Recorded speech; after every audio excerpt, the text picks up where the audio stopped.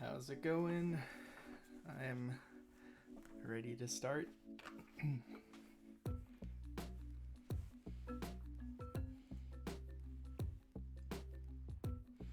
Hello. I'm Grizzhoot. Welcome to the stream. We made a lot of progress yesterday. We made some fixes to ground pounding. We added camera recentering.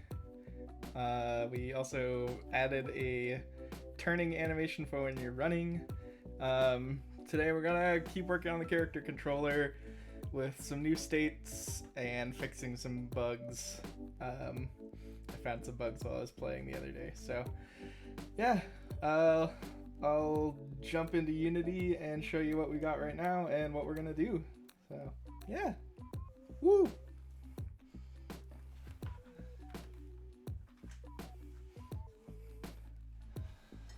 All right. So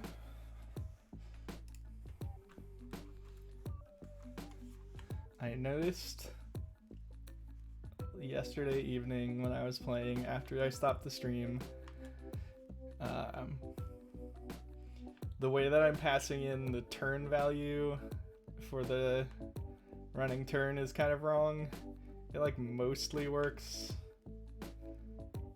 It's and then when you're top down it gets really messy. I'm not sure the best way to fix that. Actually, the turn doesn't seem too wrong, but I want it to be based more on the rotation of the character and less on directly on the input. So I might look at that. The other bug that I want to fix is right now the flicker when you take damage is frame rate dependent. So I just want to make that based on time instead of frames. That should be an easy enough fix. So get into it.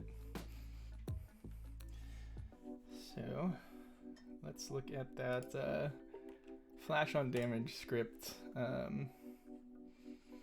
So right now it's doing frame count. It's not how it should be doing it. So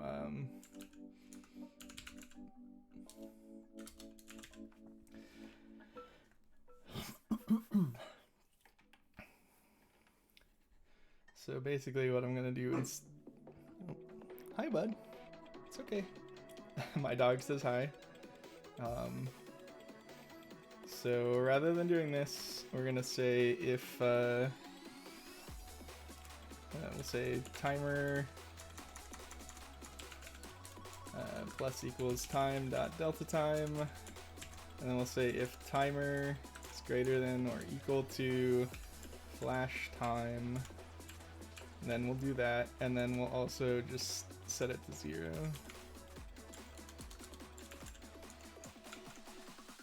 So now it'll do it every fraction of a second based on this flash time and not be frame rate dependent. Easy fix.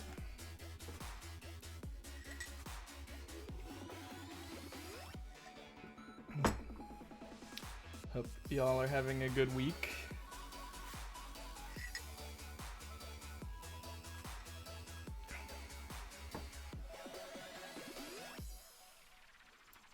Alright, so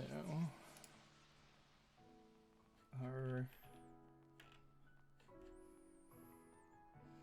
current flash thing is set to 30, so with that change it'll now be 30 seconds between flashes, which is not what we want. Let's make it 0.125 for now, and we can tweak that later if we want.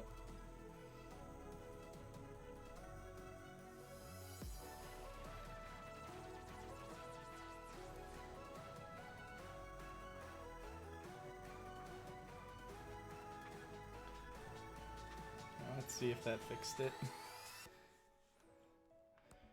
So I noticed the issue actually when I was trying to record some GIFs of the gameplay, because when I have the GIF recorder running, the frame rate is locked to 30 FPS, but right now the game is running at 130 FPS, so clearly a difference in frame rate.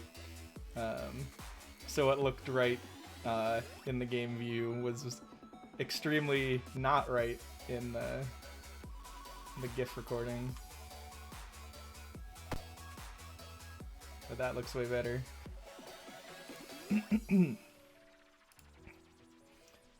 Cool. Let me look at my Trello real quick. That was not on the Trello, and I should have put it on there.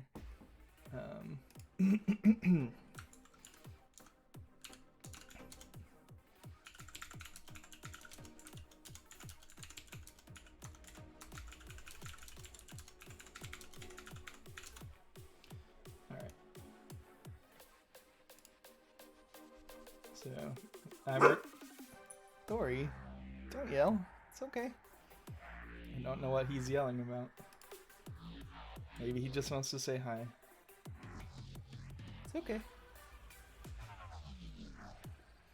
He needs to take a nap.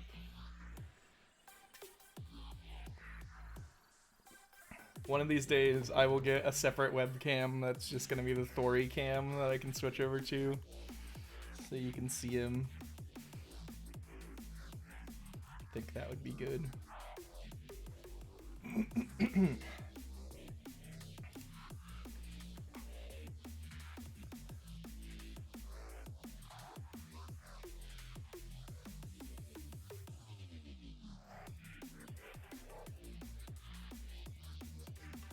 Yeah. Did you get that dog taken to the shelter?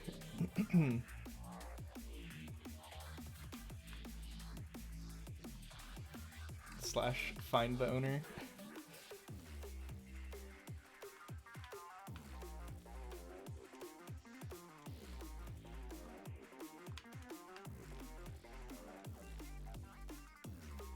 Okay, good.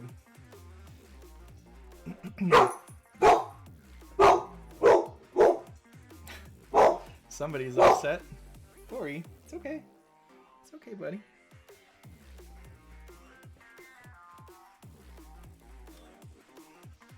Not sure why he's barking so much.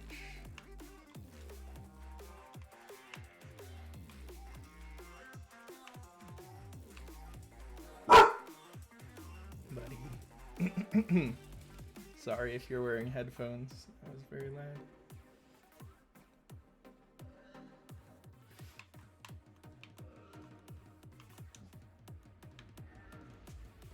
Buddy, go take a nap.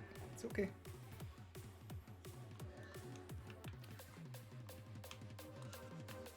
All right.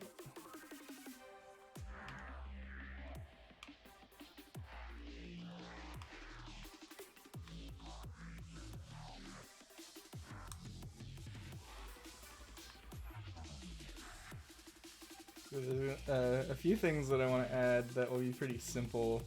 One of them just being like a trigger that will fire an event when the player enters it, just for some gameplay things, so we can have like sort of a switch that you can step on. So I think I might do a few different versions of that. So like one that just like, you know, fires an event, one that's like a toggle, and one that is a timer.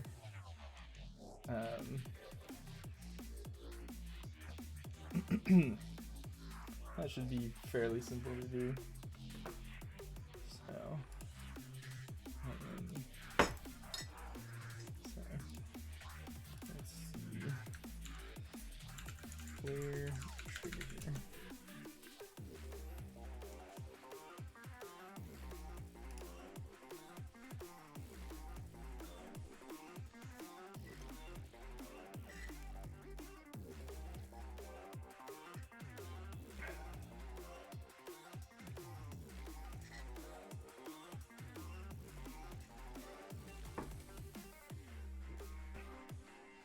And I'm going to use my handy dandy collider visualizer for this because, you know, triggers are normally invisible.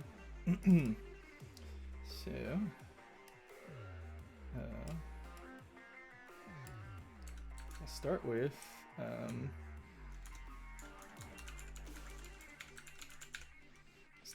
a layer mask.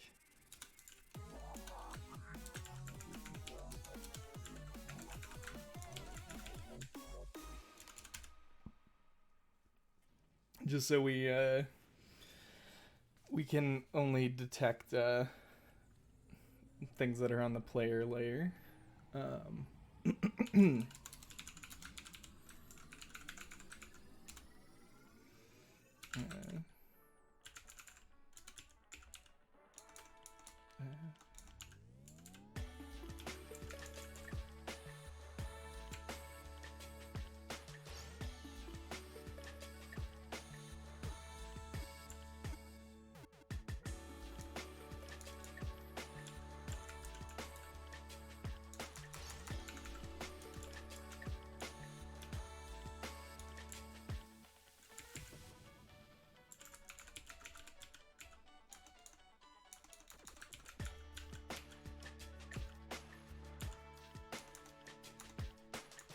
Can't remember what the best way to check against a layer mask is.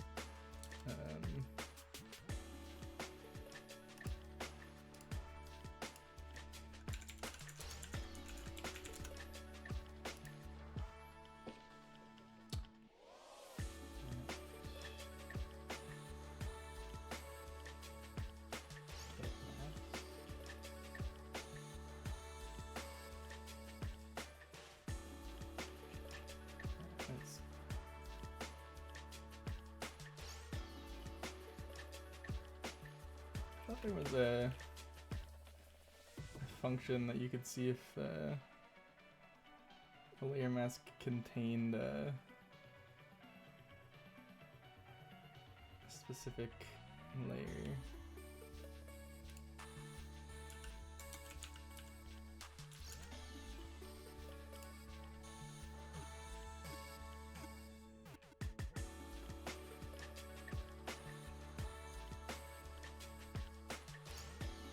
I don't remember. But we'll make a new layer that's just for player triggers and make it so it only interacts with the player layer, so we don't have to worry about that. Or do we want this to be able to detect more than just the player? That's a game design question, but for now it's just gonna do the player. So we'll say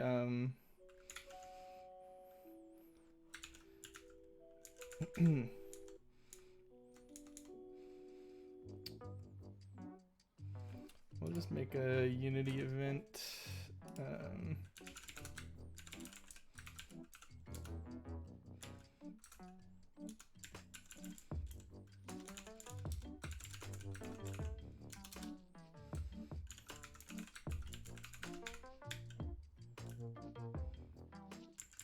Player detected.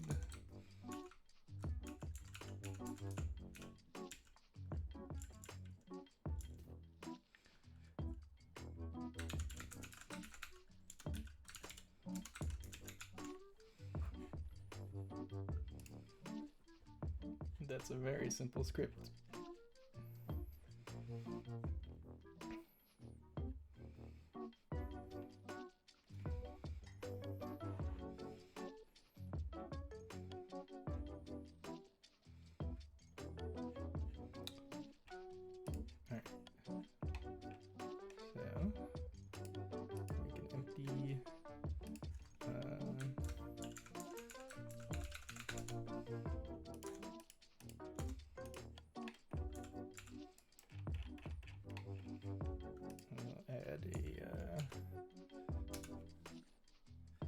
I'm not entirely sure if I need a rigid body because I can't remember if character controllers are still detected by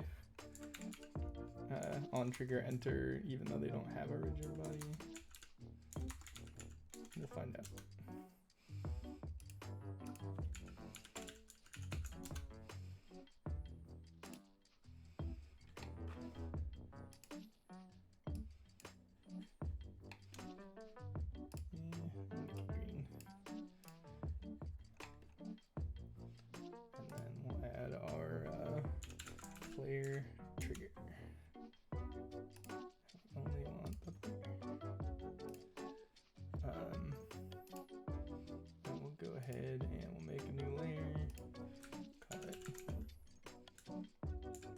player trigger.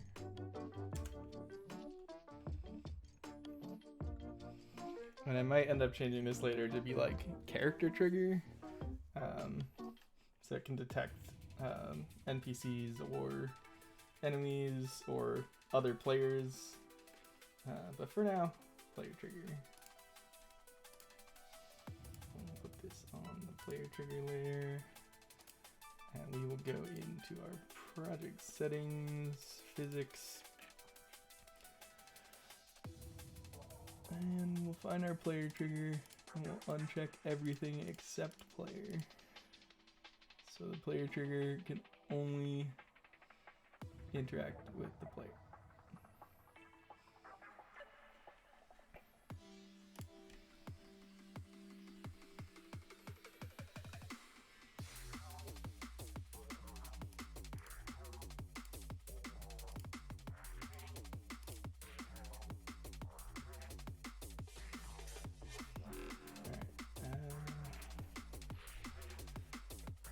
Have an event,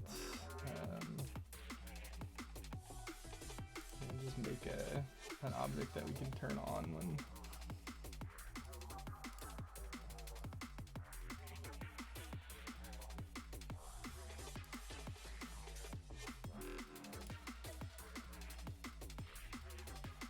just enable the mesh renderer on it, just as our little test.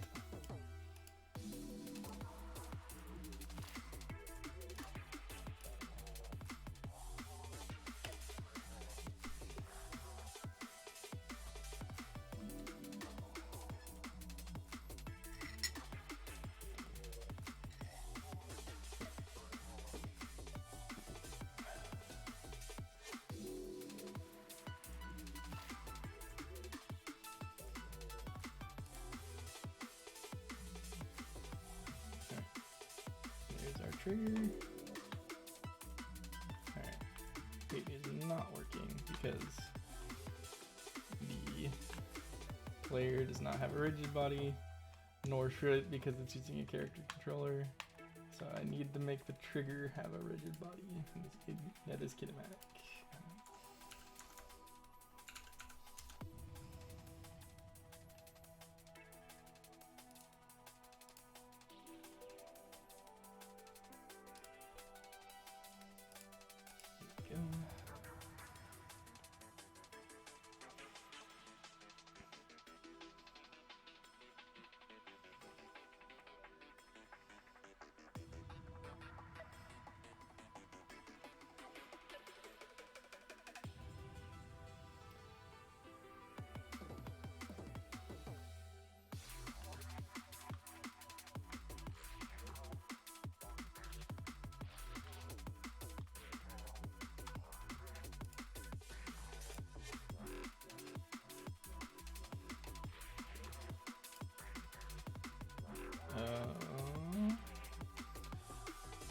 Oh yeah, the cube is on the player trigger layer, which I don't think the camera is set to render right now.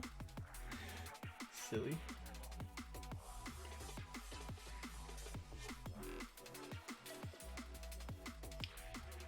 Man, I really wish Unity had separated rendering and physics layers by now.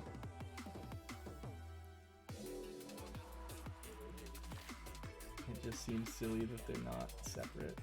There we go. Cool. So we have a basic player trigger, and I think I'm gonna rename the file so it's I know, right? It seems like such a simple thing for them to do, but apparently not.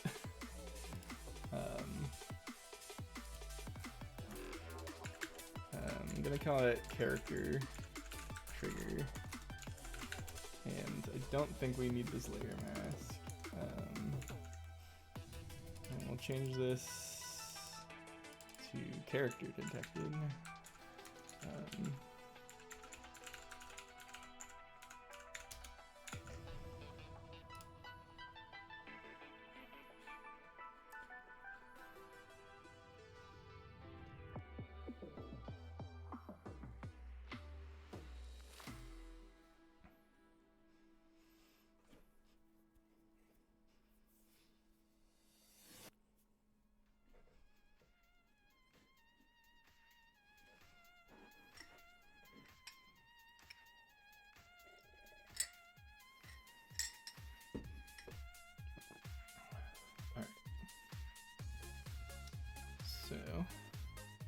do want to tweak some things. We'll call this character trigger, and we'll rename the player trigger layer to character trigger.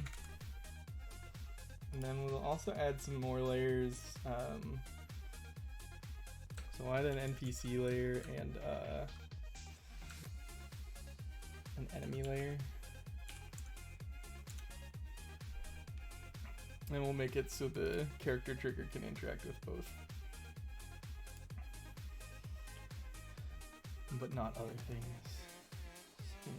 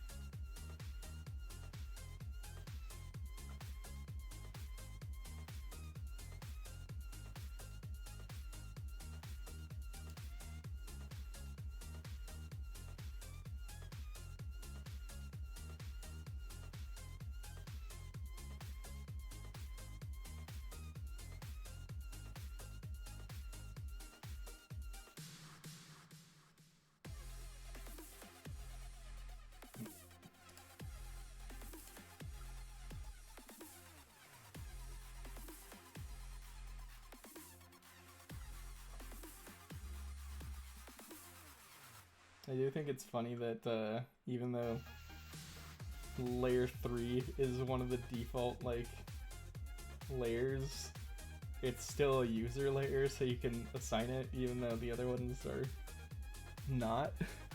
So I always make player layer 3 because it's one of those that you pretty much always want, but it doesn't exist by default.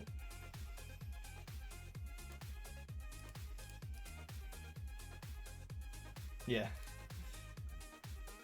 I remember for a while it was like you could edit the layers file, but you couldn't like it didn't show up when you had this window open.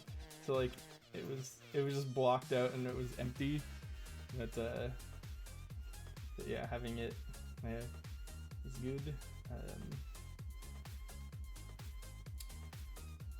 I guess I could have put the player shadow on the transparent effects layer, but I'm still messing with that. I did a little bit of research into the solution I was trying to do with the player shadow, which is basically using a camera that's facing down to render the player's silhouette onto a render texture, and then pumping that into a decal that would project on the ground.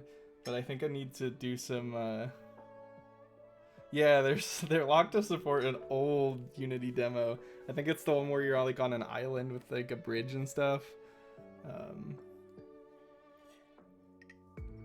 But yeah, I've been looking at how the 3D Mario games do Mario's shadow, and it seems very much to me like they have a camera that's just rendering Mario, his silhouette, to a render texture, and then they have some sort of decal projector thing that's just projecting like a black with a little bit of opacity onto the ground.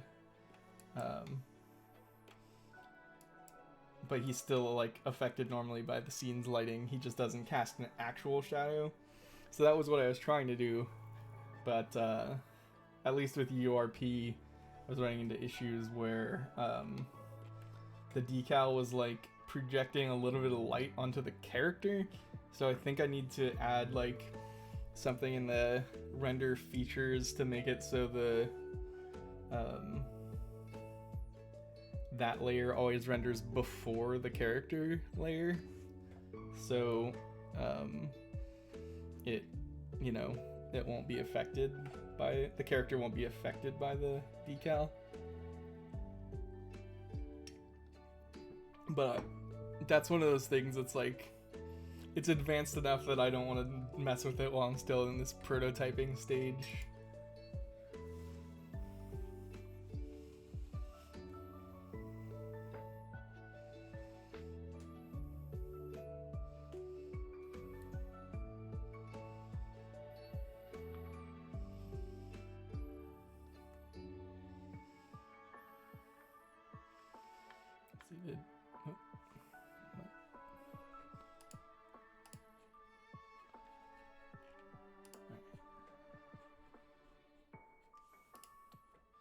And I still have no idea why Unity events are off by default. It's so weird.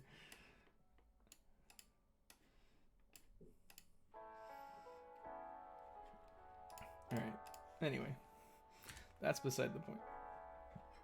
That works. So, we have our character trigger. So that one just detects when you enter. And then I'm gonna make another one that when you enter, it will toggle a state.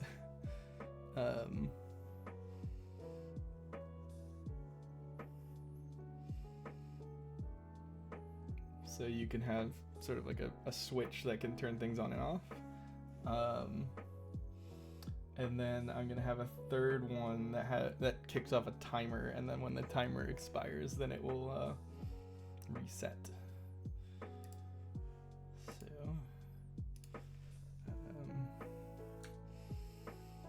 let's see.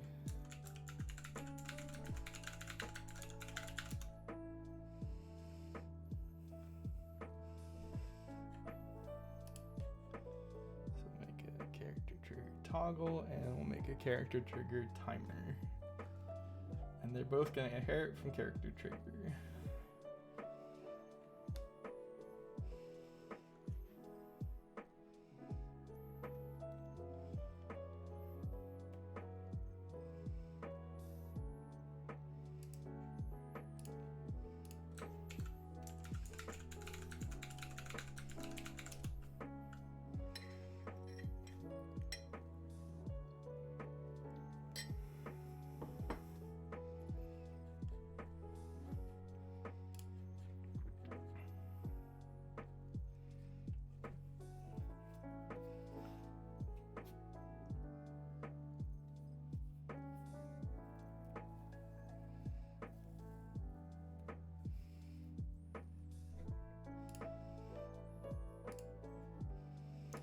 Start with the toggle, because that will be very simple.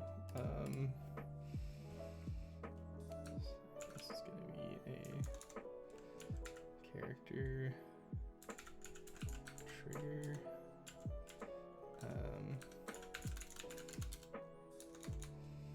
So I'll also have a Unity event. I need to be using.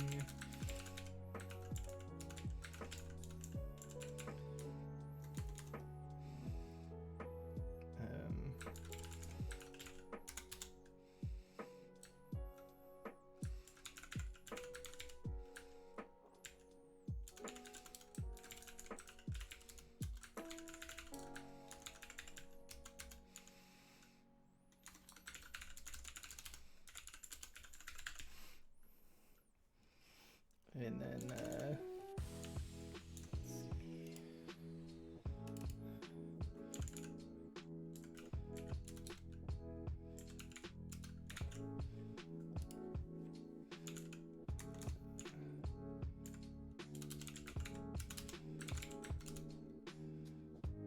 And we'll also do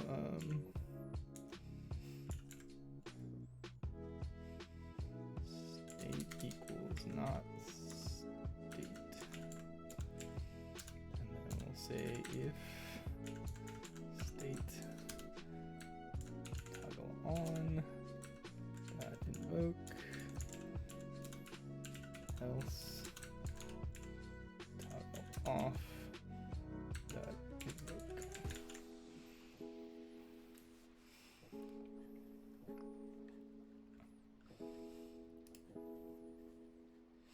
And I like building these like modular little interactive things that fire off Unity events, because it makes it just really easy to like hook a bunch of things together to build more complex behaviors. So we'll go ahead and make a cube. We'll call it toggle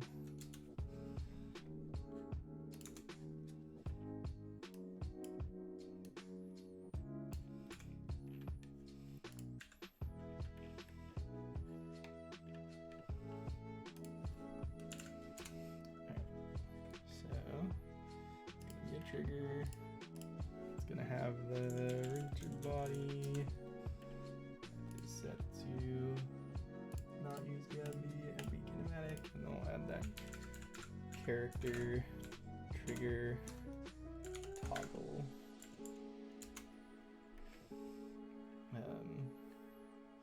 So we'll add a toggle on and toggle off. And so both these are runtime only. We'll just change the color of the cube. That'll be easy enough. Render.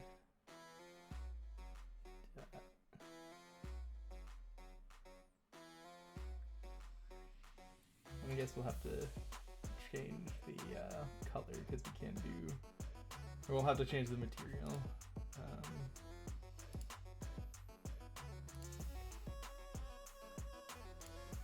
And then I'll make the material. Should I just use the ones that we already have? So we'll make it red.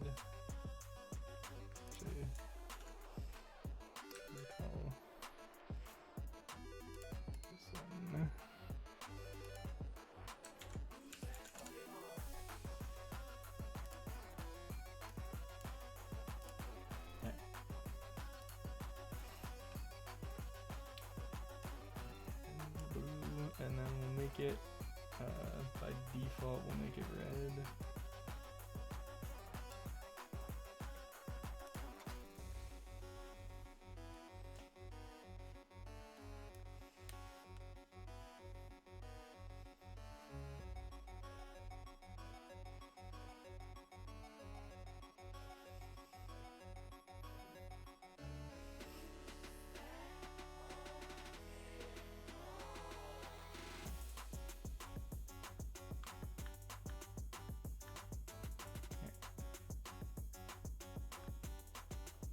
Cool.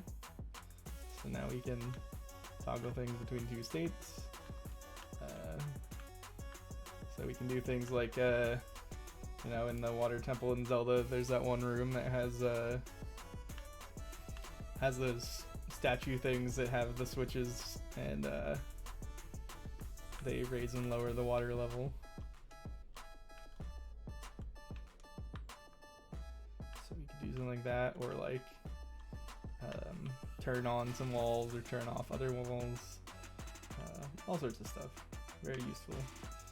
And then we'll have a trigger one, or a timer one as well.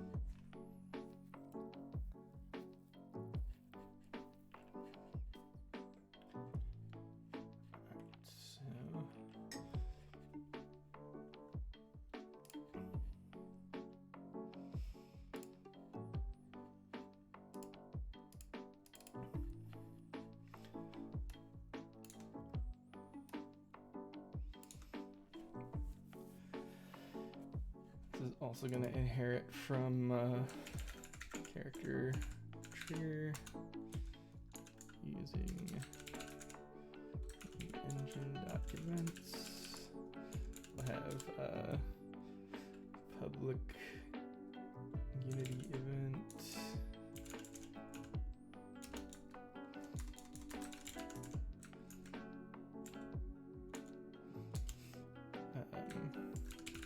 Timer start,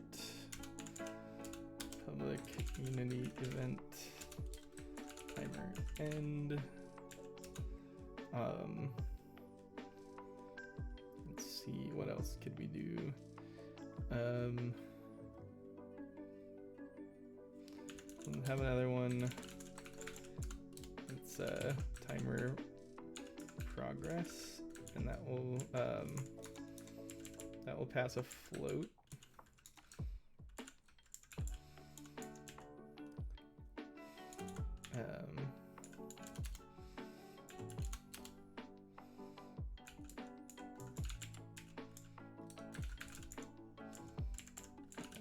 Timer duration floats timer current, and then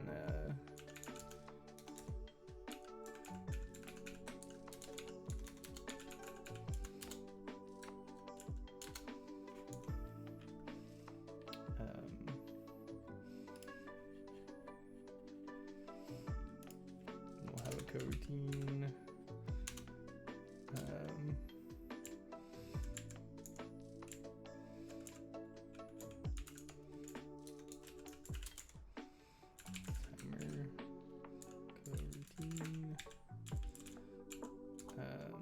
I'll just say timer coroutine equals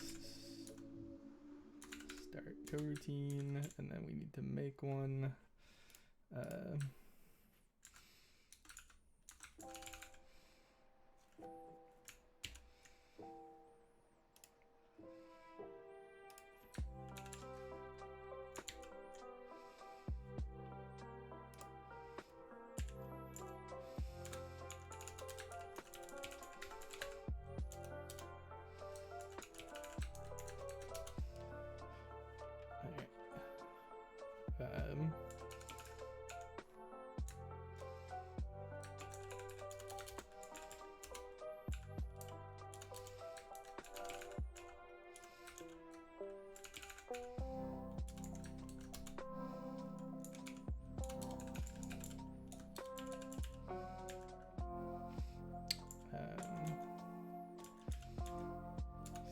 In here we'll say timer start.invoke, and then at the end we'll say timer end.invoke.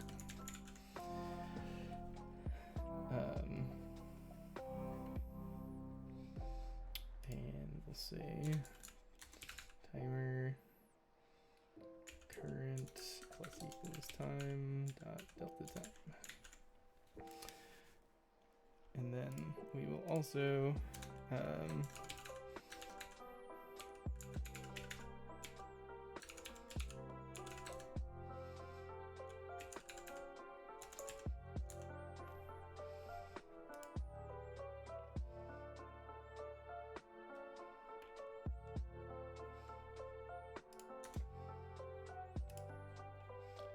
actually I want this to be timer progress, not time progress.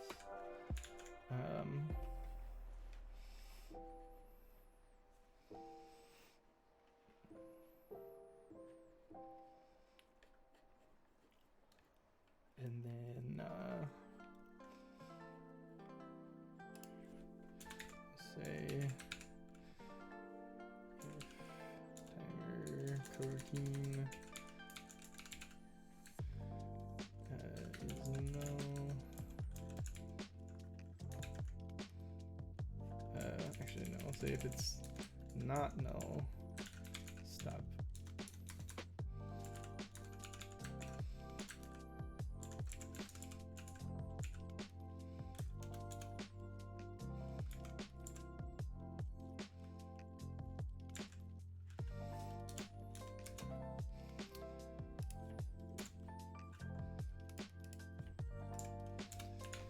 And then we'll restart it. So if you enter the trigger after you've started the timer, you can start it again.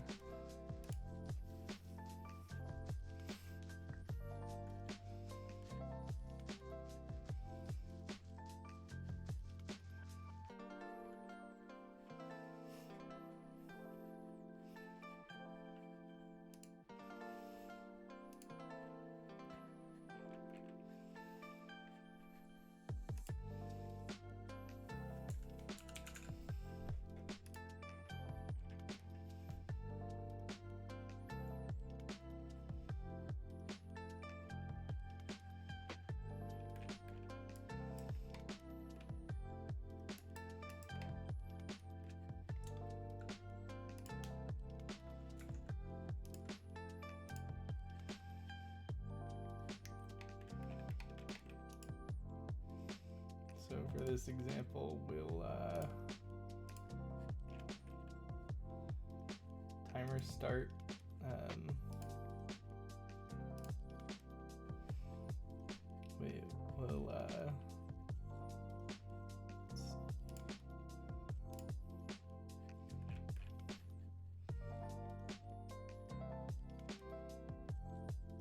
We'll turn this thing on.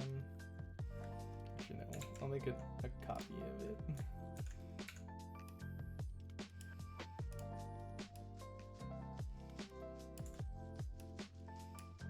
Put it over here, and I'll put this also over here. And this will be off by default. And so we'll say this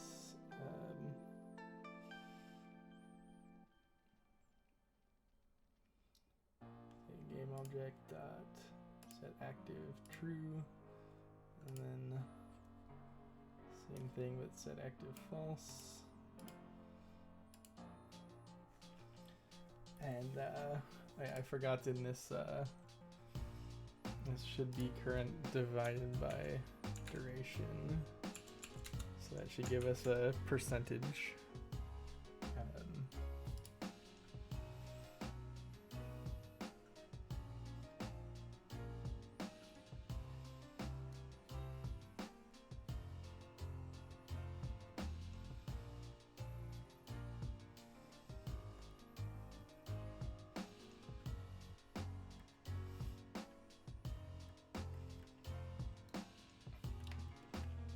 So for that, we'll just I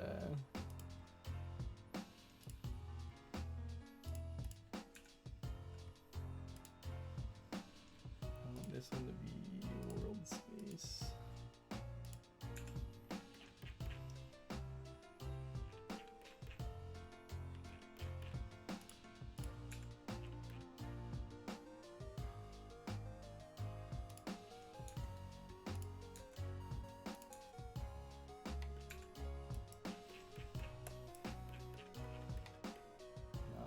That's way too freaking big.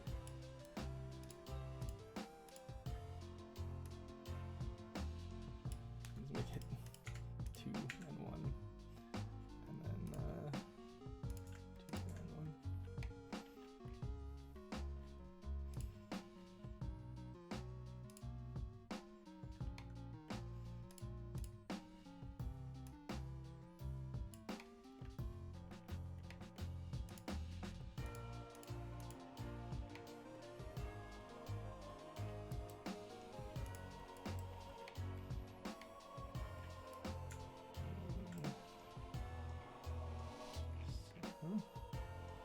Let's progress.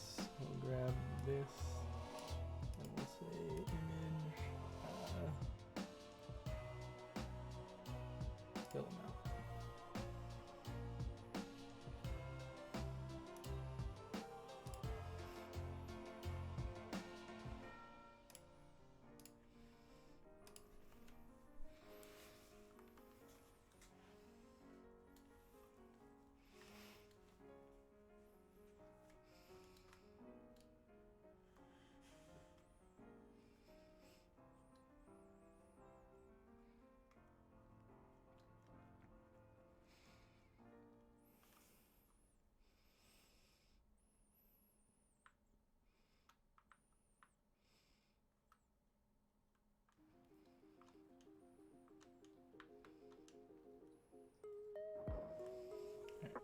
What did I do wrong?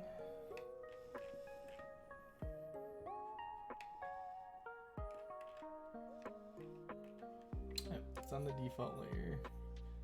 I needed to be on the character trigger layer.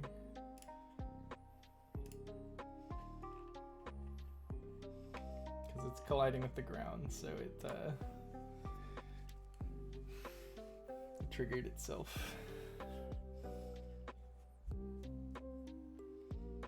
I think that was what's wrong.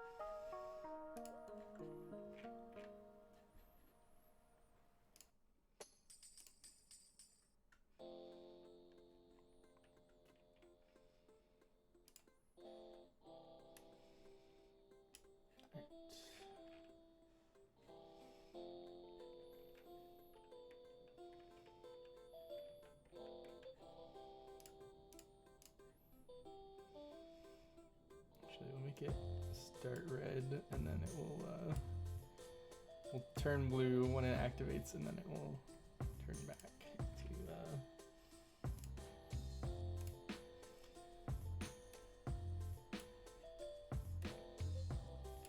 oh yeah, I didn't turn the ending on. So we'll say this one will be mesh render material. We'll set it blue, and then mesh render material, set it to red. And then I think I need to grab this image, and I need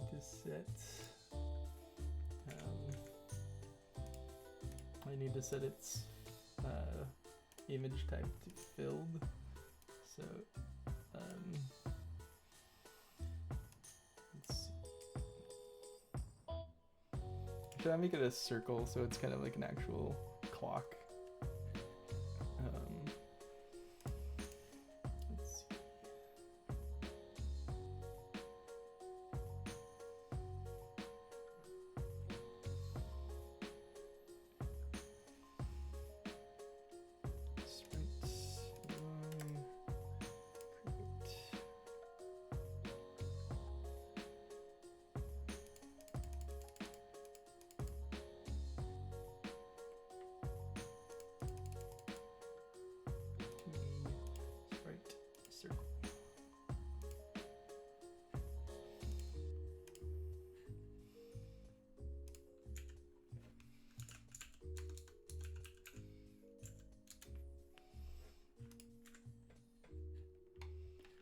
And then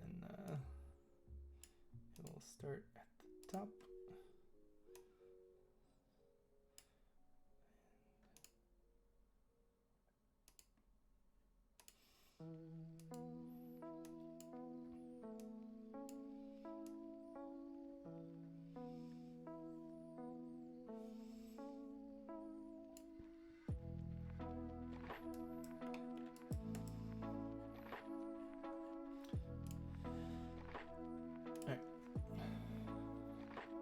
So now, when we go in that trigger, it should change the color of the block. It should kick off or it should turn the staircase on, and it should have that little timer graphic go.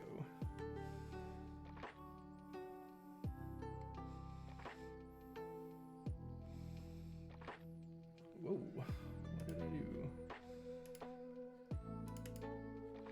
Did I...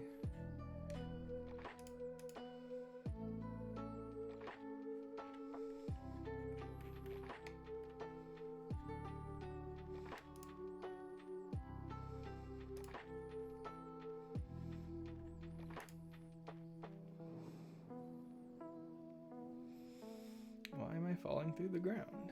What have I done? Seems like I did something bad, because I wasn't falling through the ground a second ago.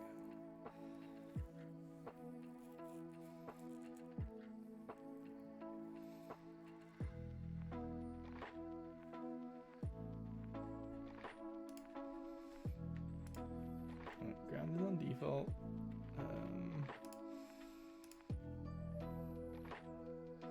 Physics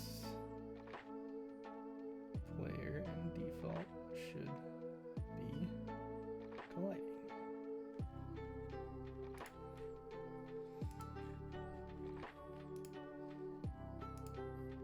Oh, I removed the box collider from the ground. I don't remember doing that. That's bad.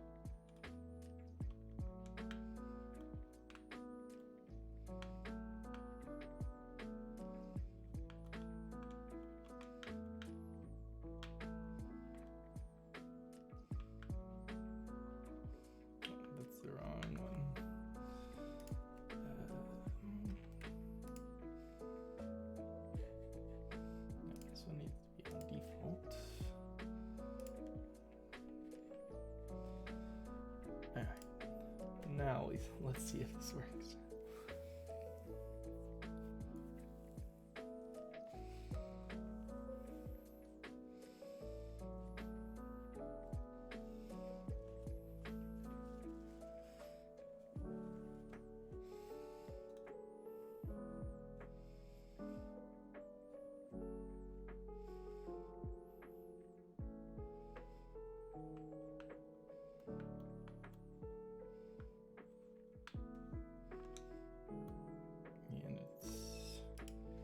Oh, okay, I must have removed the collider from the wrong object. So I removed it from the ground and not from the timer. Let's see, what else am I missing?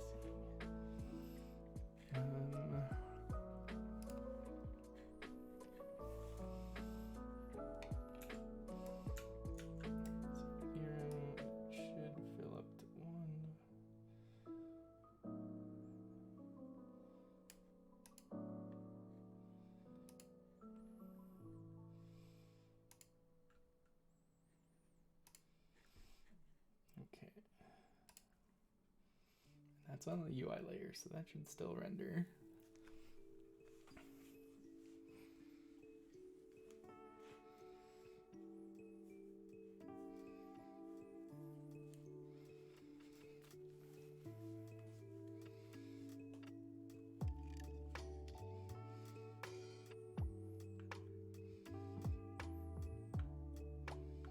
All right.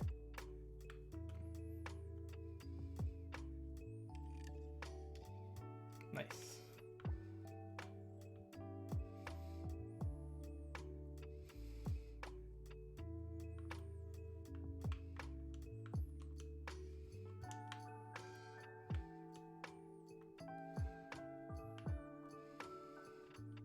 So you can kind of imagine a lot of different ways we can combine these different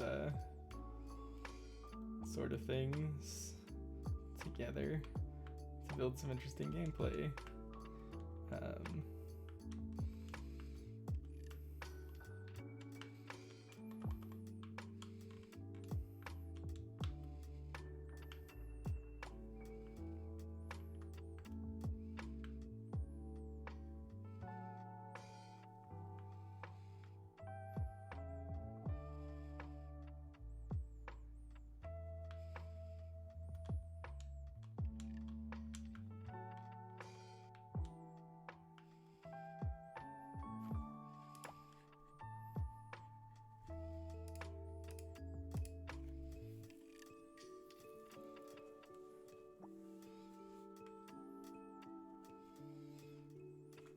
Let me look at my Trello and see what else. So this was in my level elements, I think. Yeah, so we have a switch trigger and we have a switch toggle. I do want to have some sort of lock and key mechanism, and I don't know if I want that to be like an object that you can pick up and carry, or have some sort of really basic like inventory. And I do also want to add a text box. So I made that sign that you can interact with, and kind of cheekily made it so when you interact with the sign turns red because you read it. But I want to be able to actually have like a text box that will pop up, and you can, interact with an object. It'll give you some text, and then yes. I don't know if you saw it. I'll drop it in the scene, and I'll show you how that works. It's pretty good.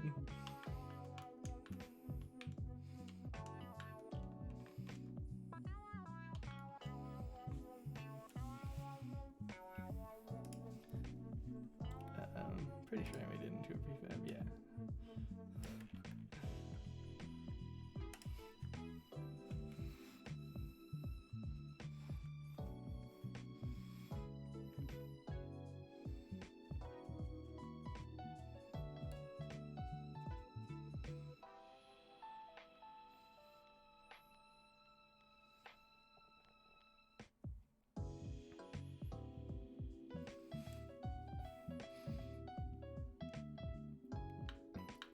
So we get the sign over here.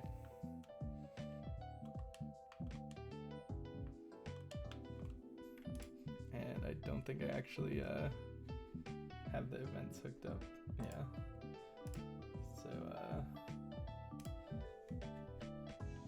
basically what I had done was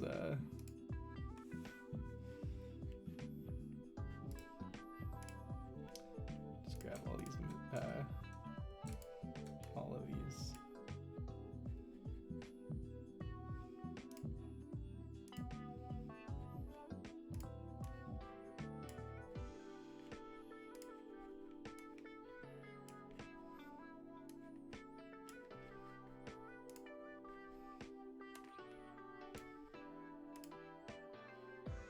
Said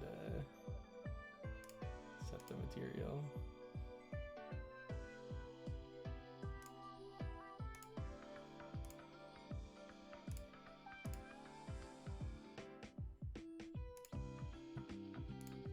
The sphere does not have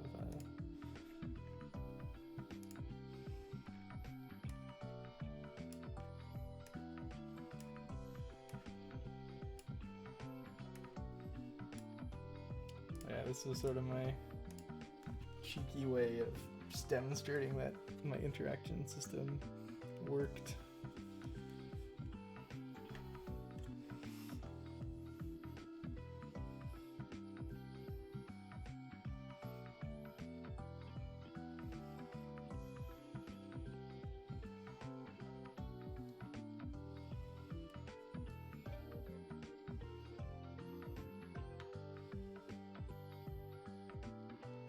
I read the sign. It's so stupid, but you know, it's a proof of concept.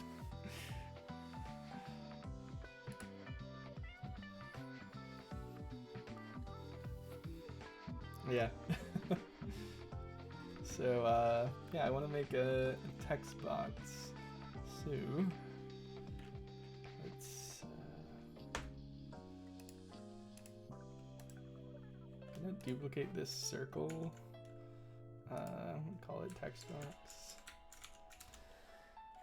Gonna go in the sprite editor, and I'm going to gonna slice it. What's the best way to do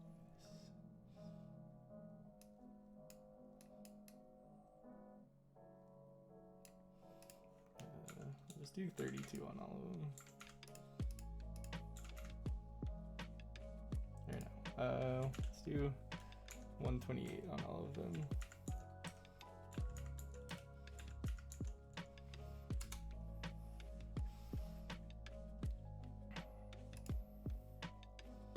So we can have a nice, let's grab our UI. Yes.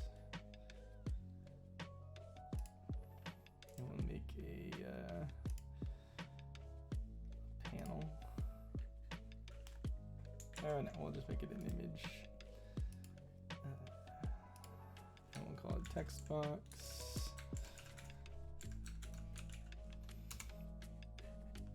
Give it that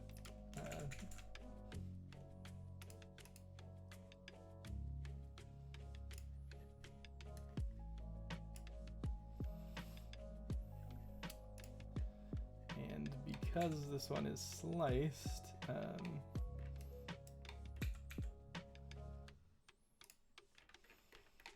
we can stretch it into a nice rounded corner text box sort of deal.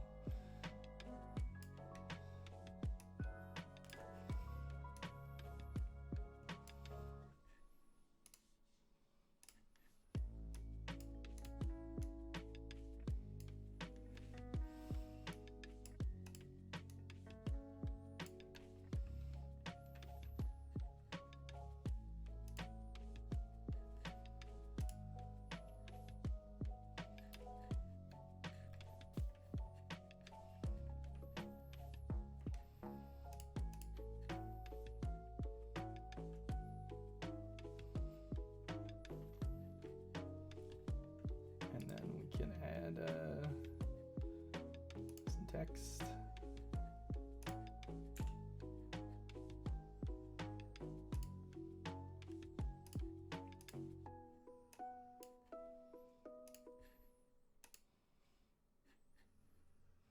Make it nice and big.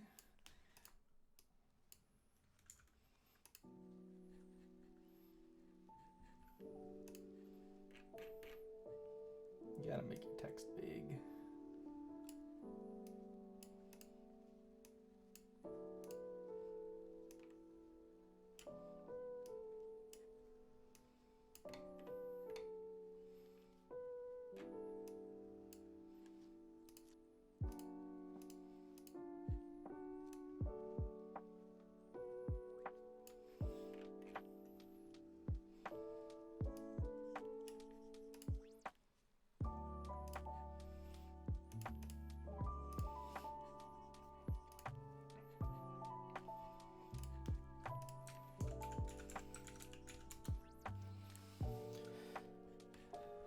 I'm gonna make a script on this text box and call it text box. Let's go ahead and apply that.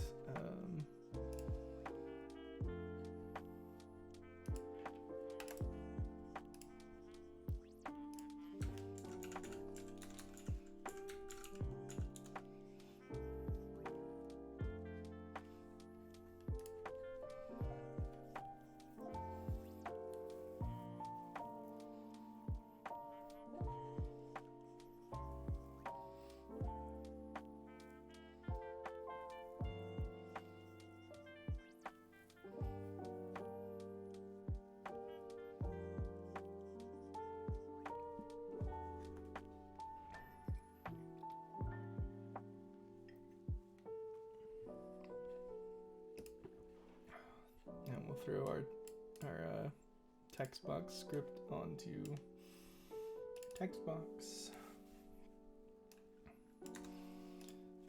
We'll say using TM Pro.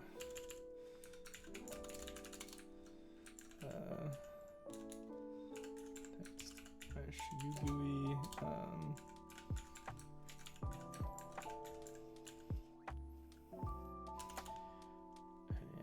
Have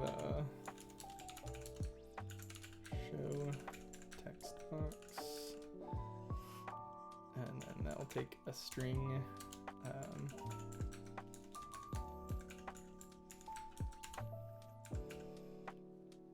We'll say game_object dot set active true, and then we'll say text box text dot text equals text. Text. And then we'll make another hide text box. And that will just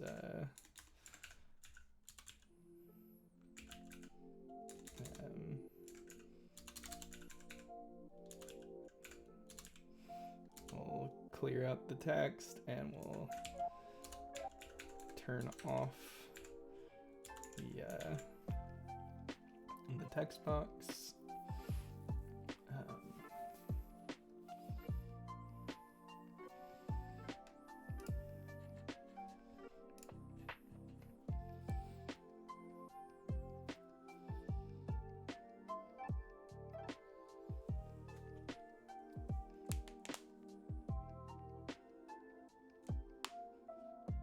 Yes, context.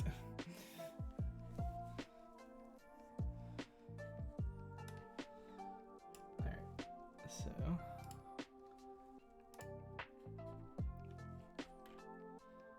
now I can grab that sign and instead of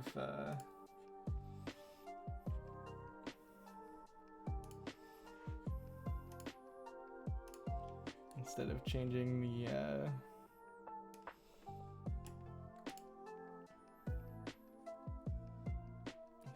the color, I can have it show text.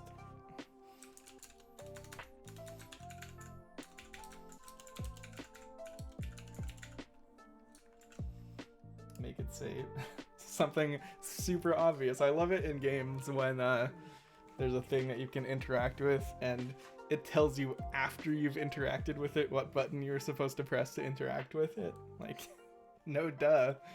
I know I'm supposed to press X to interact.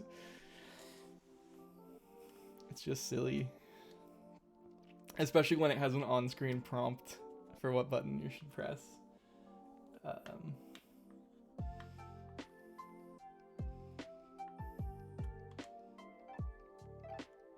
So now we need a way to make it go away.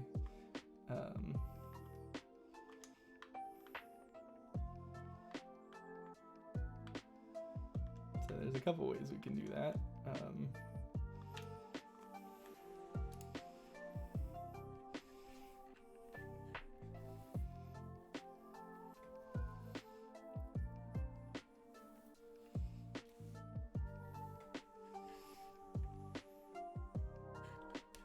One of the ways is to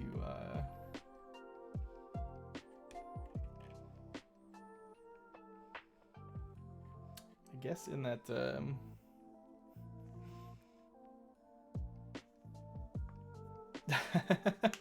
yeah, that's true. If you were rolling your face on the keyboard, you wouldn't know what button was the correct one. Or if you're just mashing your buttons on your controller.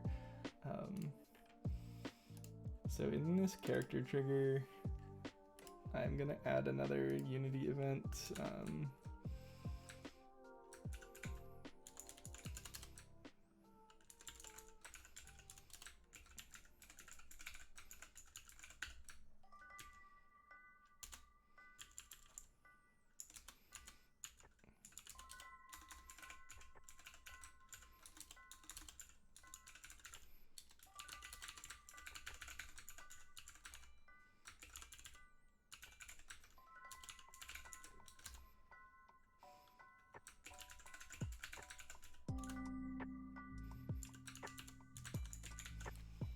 This isn't the best way to do it, but it will work.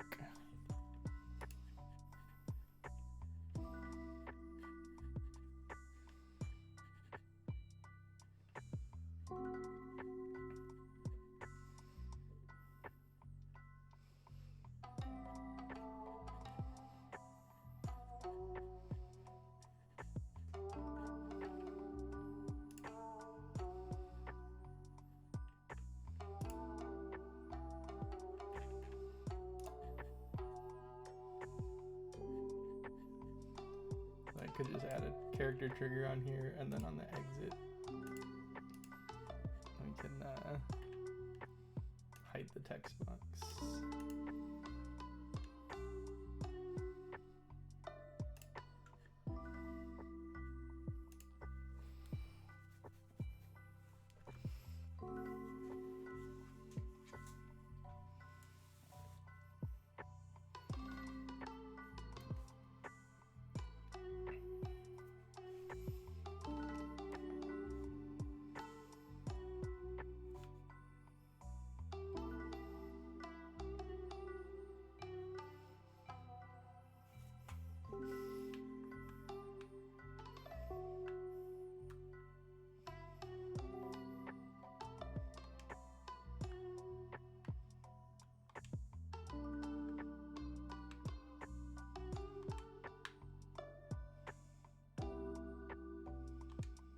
So that kind of does what it should, but you know, you could activate it and not have enough time to read it. There's a lot of edge cases with text boxes. I feel like the best way to do it is to make you like press a button to confirm that you're done interacting with the text box. And like, you know, right now this is like the most simple form of an interaction script. Literally just, it's checking to see if you pressed a button. And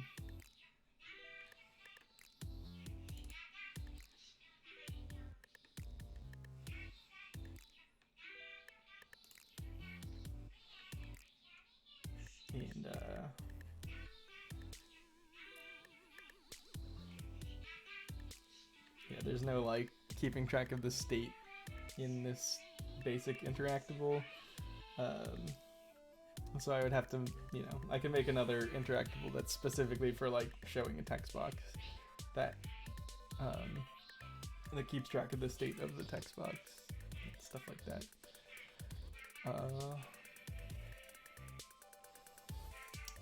I could also in the text box thing, I could also have a function.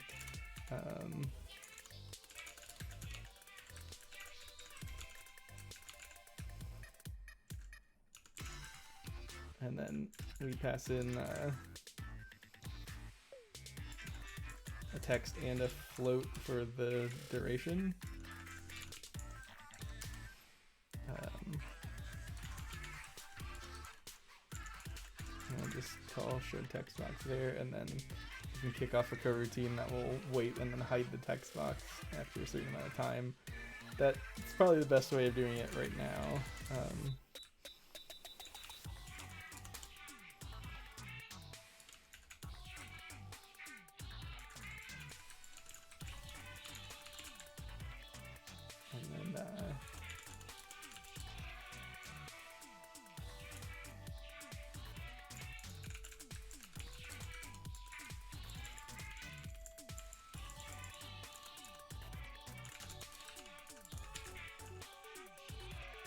And then we don't even need that. We'll just do a yield wait for seconds.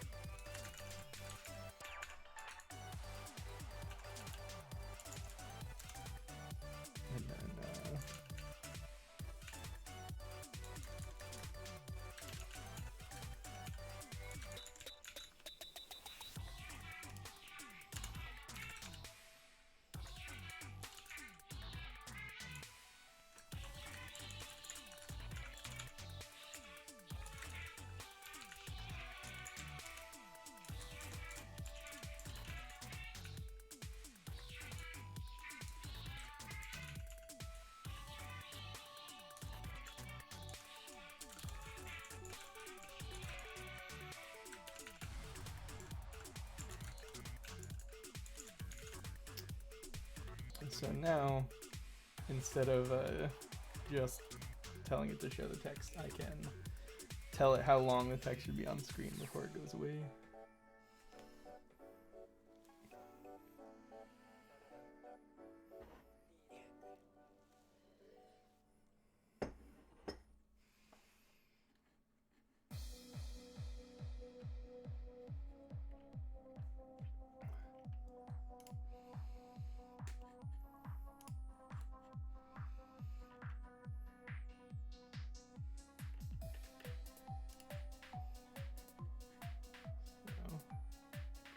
Can get rid of this character trigger, and instead you can see, did I not make that function public? Or do Unity events not let you pass more than one argument?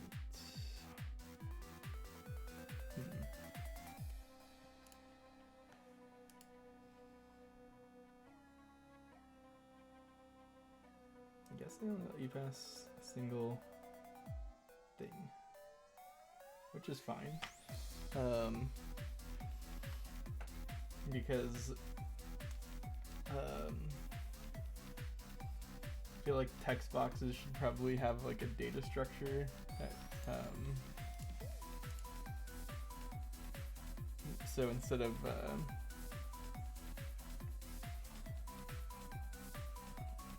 what am I saying? Instead of just showing just raw text, I can, I can have other stuff, other metadata associated with the text box, if I have a data structure. That way it's not hard-coded on the game objects. So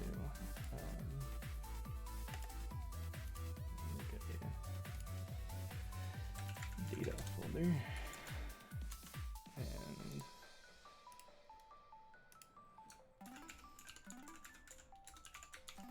And we'll make a text box data script.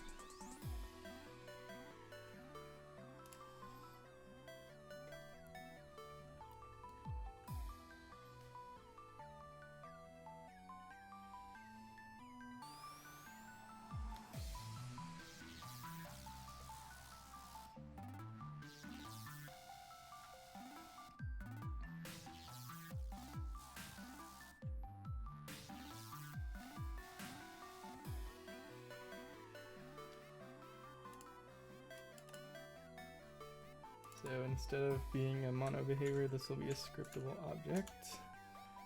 I'll use create asset menu.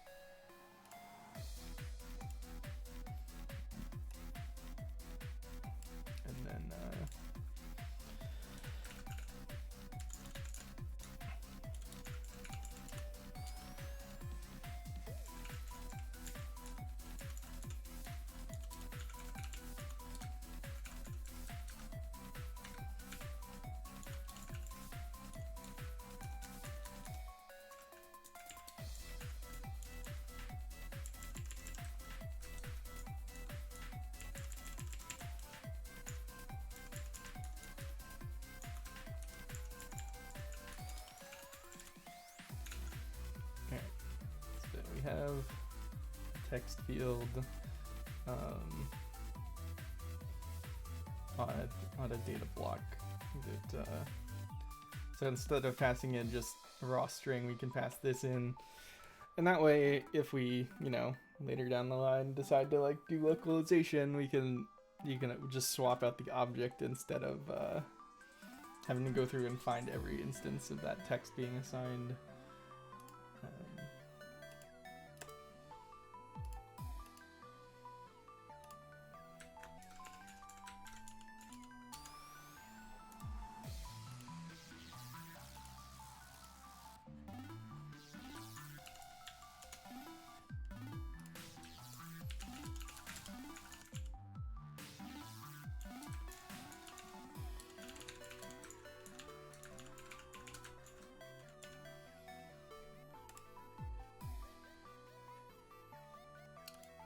And then we can also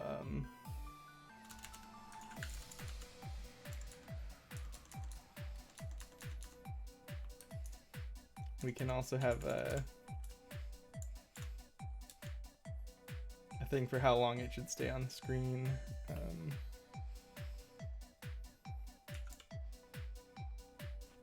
Or let me think.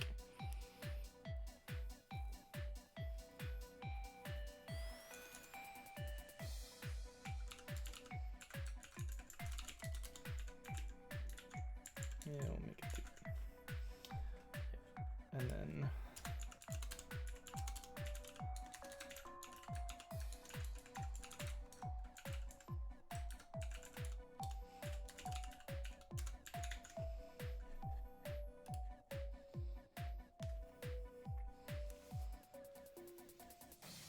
so now instead of the text box having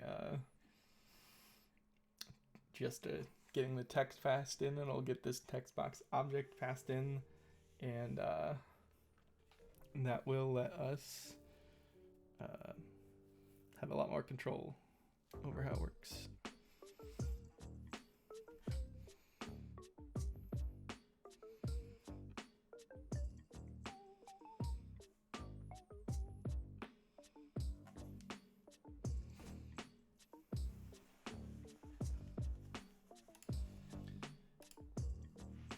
Now I need to go in that text box script,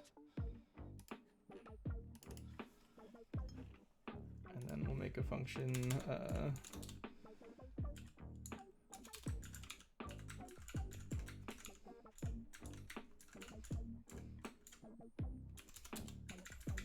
I'll just pass in the data object, and from there we can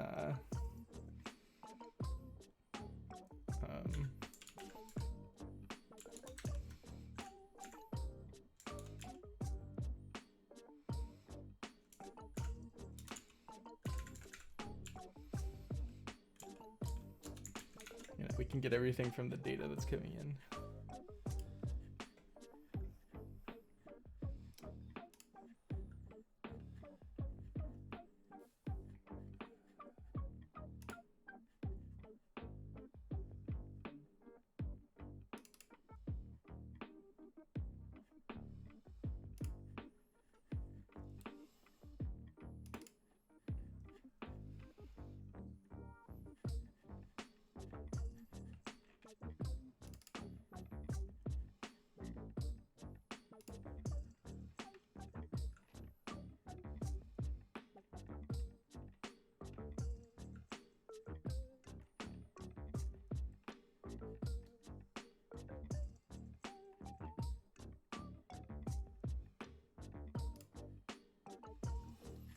I'm also going to do a handy little trick in Unity. If you make a folder called gizmos, and then you make if you bring in an icon, and you name that icon the name of your script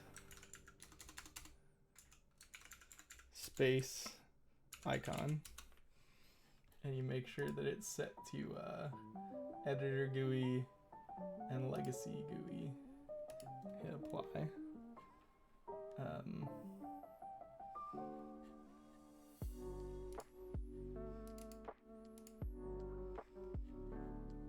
Now you have this this icon instead of the default Unity icon there.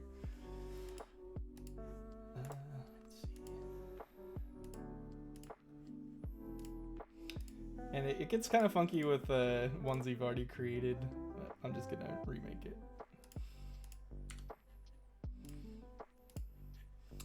So I'll rename this to sign text. And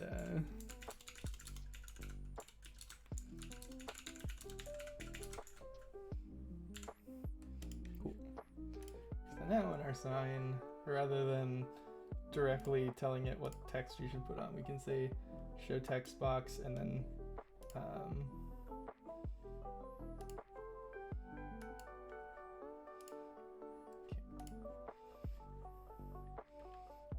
I think the way that it's serializing some of this stuff is kind of funky. So the one that uses the data instead of the string, you can drop that in there. And now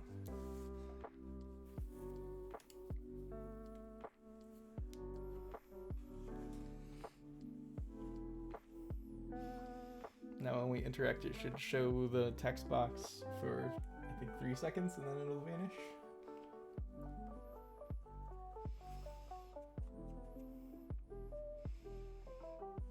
I love scriptable objects. They make things a lot easier.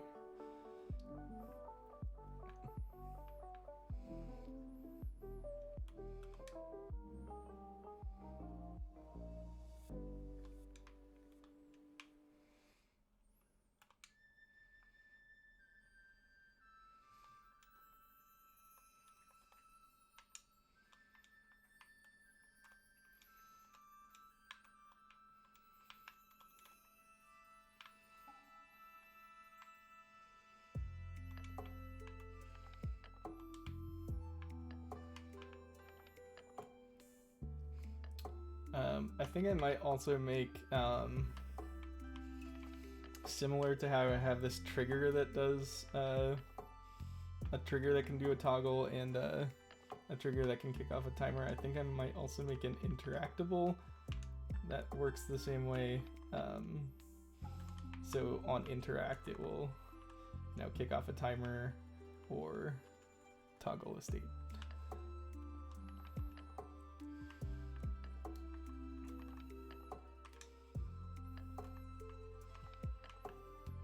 And that might actually work better for the sign, because then you could have it so, when you press X the first time, it toggles the sign to show the text box, and then it will wait until you press X again to turn the text box off.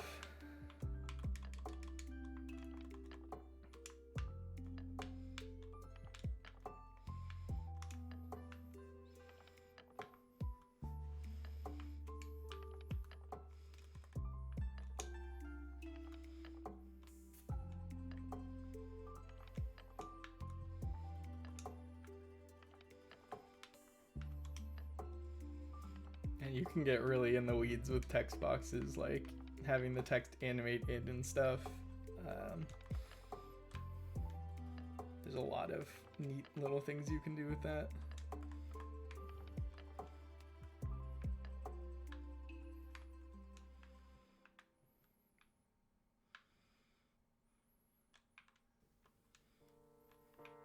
But yeah, what I think I'm gonna do is let's see.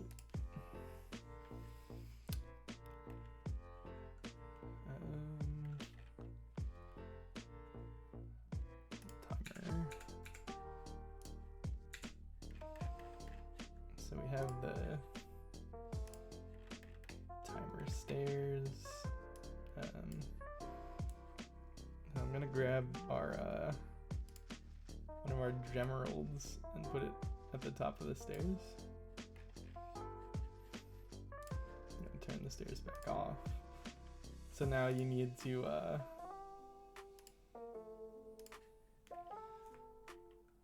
make the timer 7 seconds. And so now you have to activate the timer, and then the only way to get that gemerald is to run, activate the timer and run up as quickly as you can. Pretty sure Mario uses this sort of thing a lot. Like in Mario Odyssey, they use the things that you throw Cappy onto, those little mannequins. So you you have a limited amount of time when you don't have Cappy after you've activated it.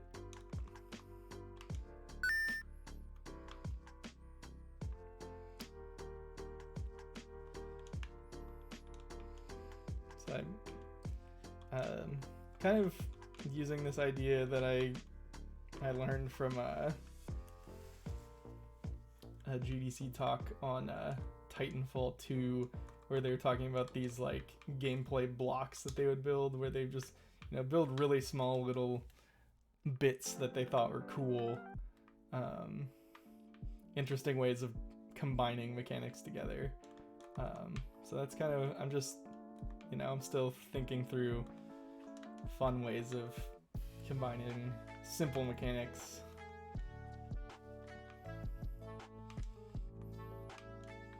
Titanfall 2 has some really slick movement tech, and I want to make a sort of like a Metroid Prime mixed with Titanfall, so you have crazy abilities, but you also have wall running and double jumping. Sort of make a 3D Metroidvania where you unlock powers and run around. So stay tuned for that, probably much later. I have no idea how long this game I'm working on now is gonna take. I'm hoping to keep it pretty small, because it's more of just a proof of concept than a full game.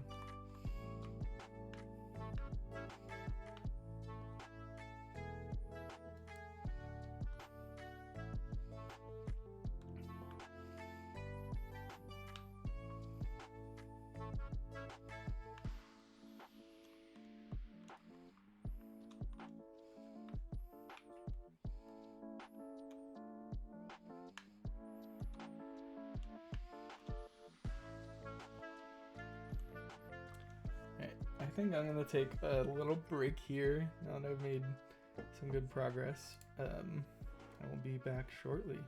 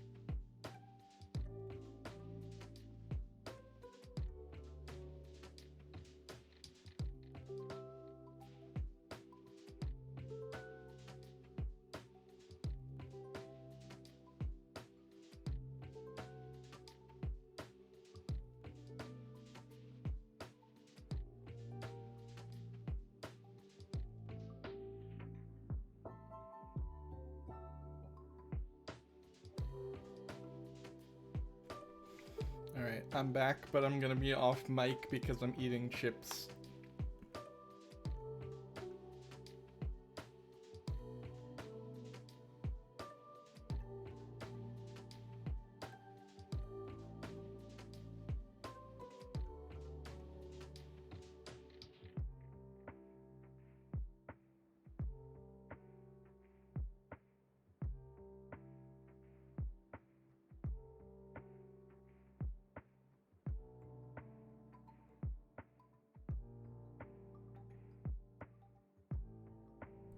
Right now I'm setting up a similar thing to what I did for the character triggers, but for interactables. So when you press the interact button, it will either toggle something on and off, or kick off a timer that will fire some event.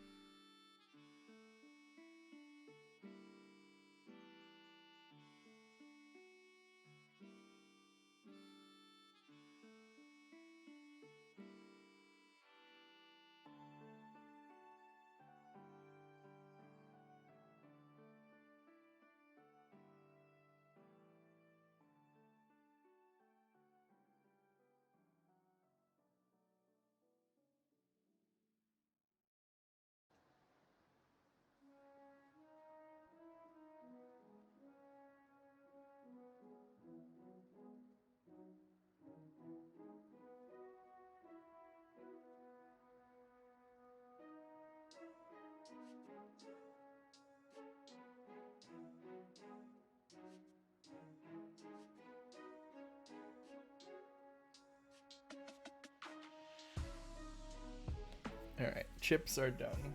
Sorry about that. Chip bags are very loud on mic.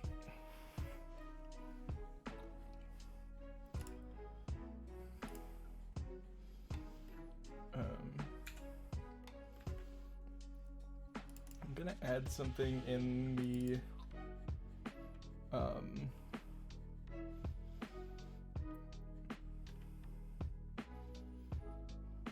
in this function here. I'm gonna say if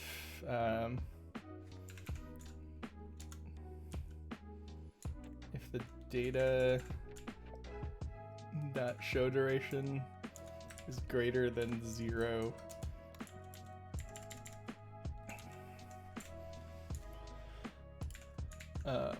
and then I'll make it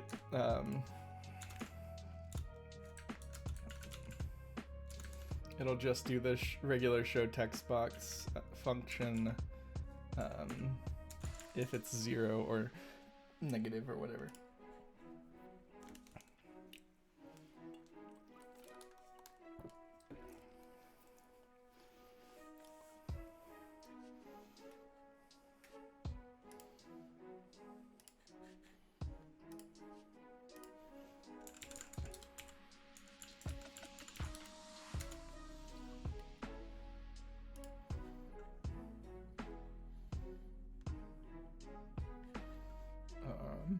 I'm gonna add a couple things to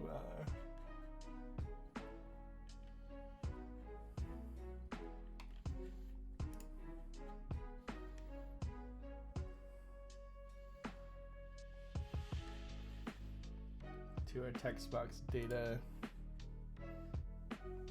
once this is done compiling. All right.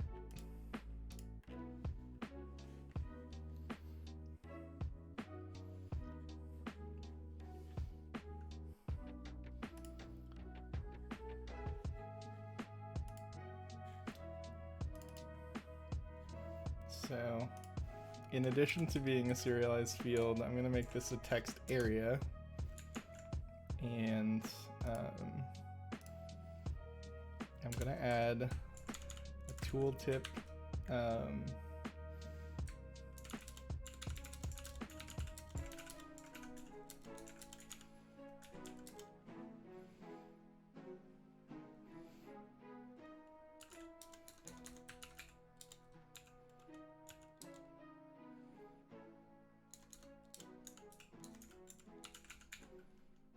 just so I remember.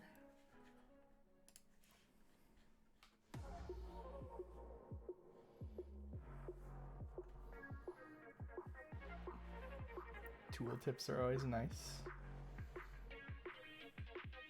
especially if you have more than one person working on the team. Right now it's just me, but maybe eventually I'll bring on some other people. And if they want to make text, knowing that if it's less than 0, it's so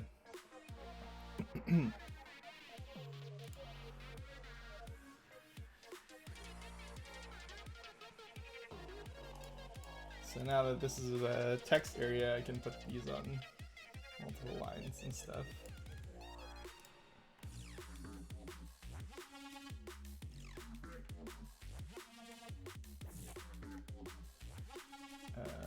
I am going to put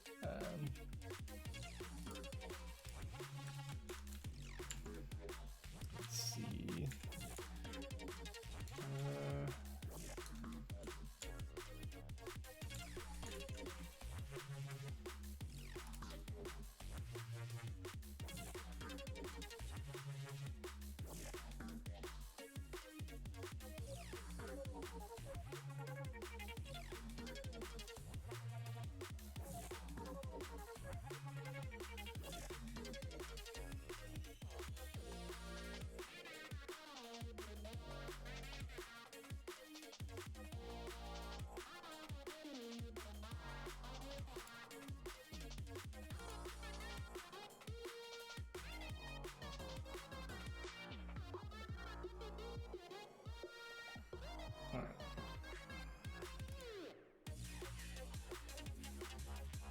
So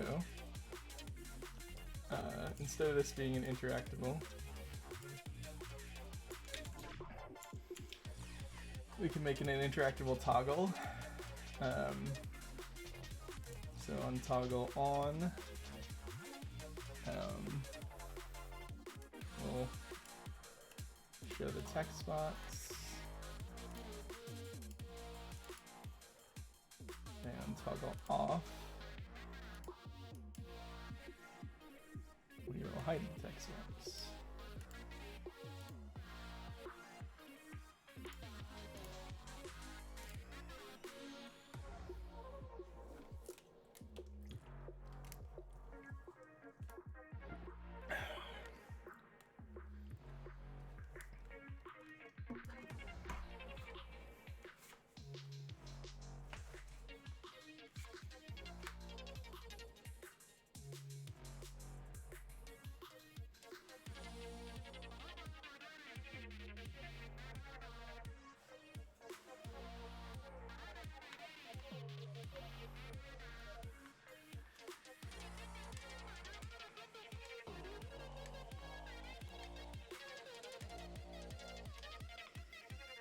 So another thing I should do here is make it so the player can't move around while you're interacting. I could make an interacting state in the state machine, but I think I'm just going to turn the state machine off and then turn it back on. And that will probably break some stuff if you like press the interact button when you're in a weird state, but I'm just testing stuff out right now, so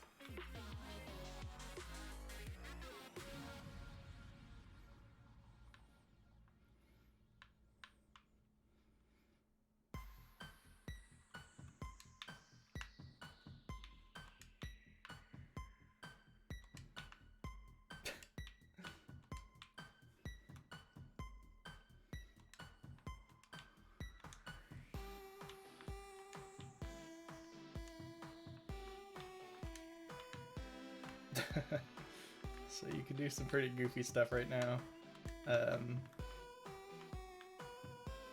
But I can make it so the when you interact, it will, you know, transition you into an interact state. You know, this works for now.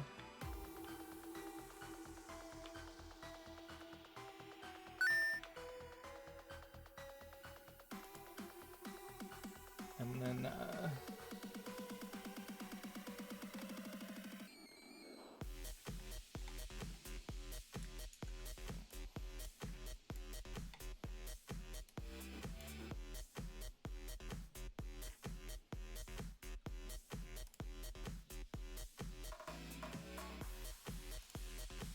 I can also add a interactable timer. Then I'll just make it do the same thing that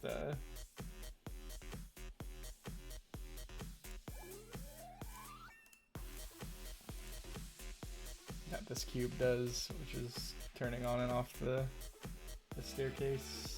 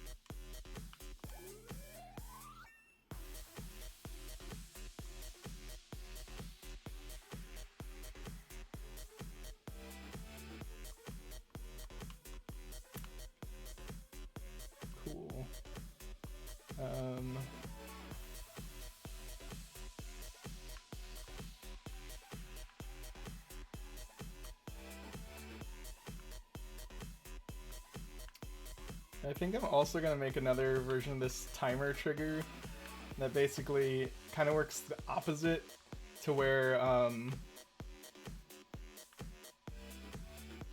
it will count up while you're in the trigger, and then stop and like reset when you exit the trigger. So so you can do something like in Mario, how there are platforms where like if you step on them for a certain amount of time, they like disappear and then they come back. Might be kind of cool.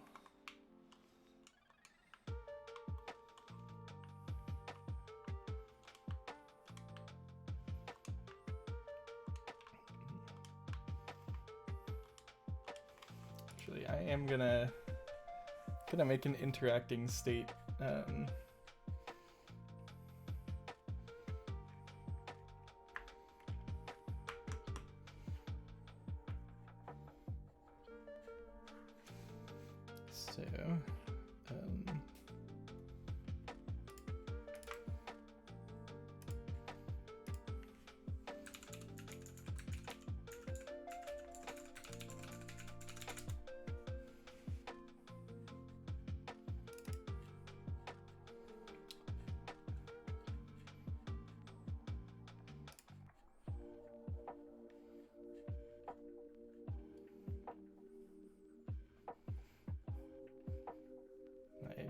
I feel like I built this state machine robust enough that it just makes it easier to, you know, make a new state rather than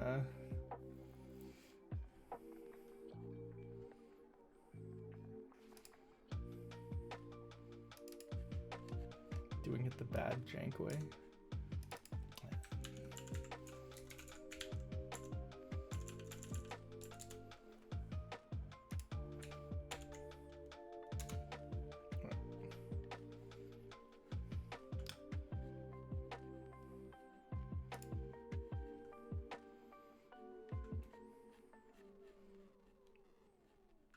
And the state is basically just not going to do anything. Let's see. No. And then we'll say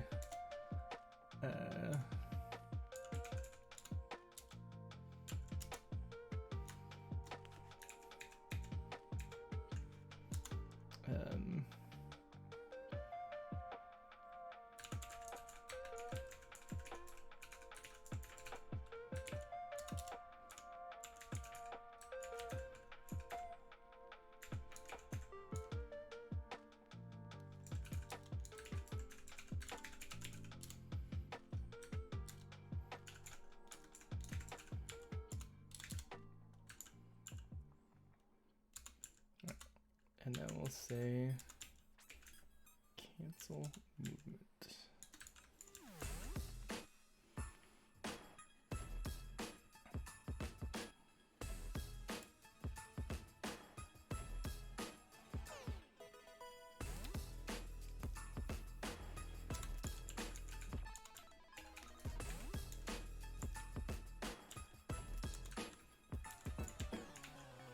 So we'll just we'll make sure you're on the ground.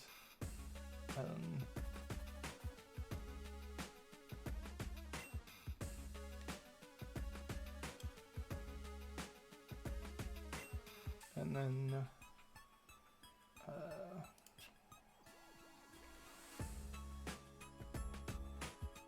in our player character state machine, we will have a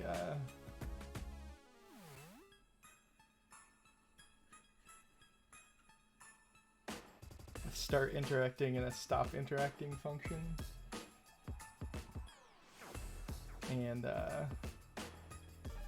stop interacting will just set us back to the idle state.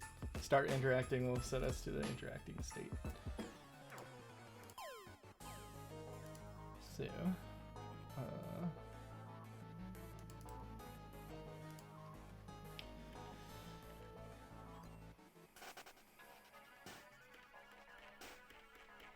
just put it down at the bottom.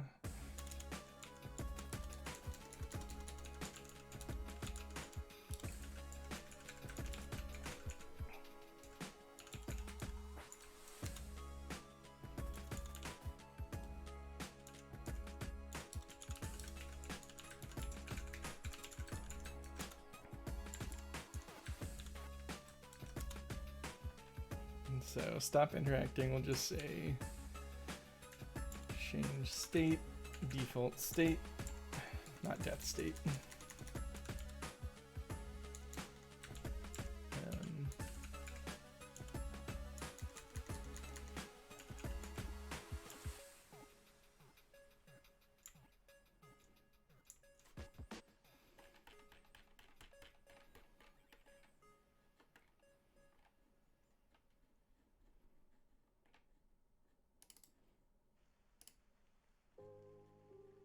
Starting state. I think this needs to be protected, so I can reference it.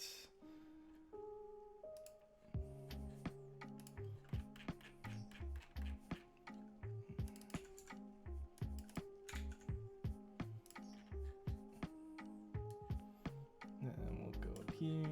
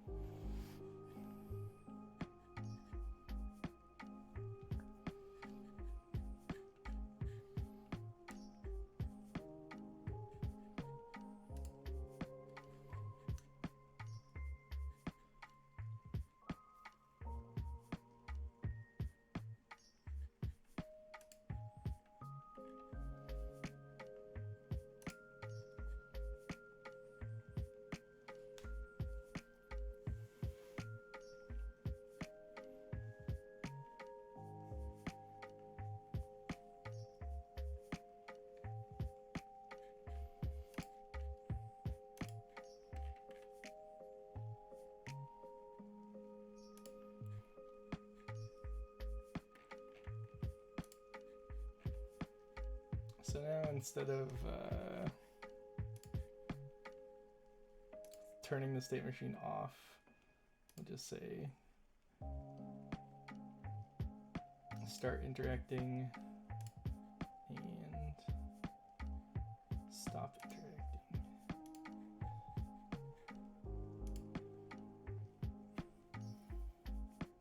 Oh, I didn't actually assign the interacting state or put it on the characters, so this is not going to work yet.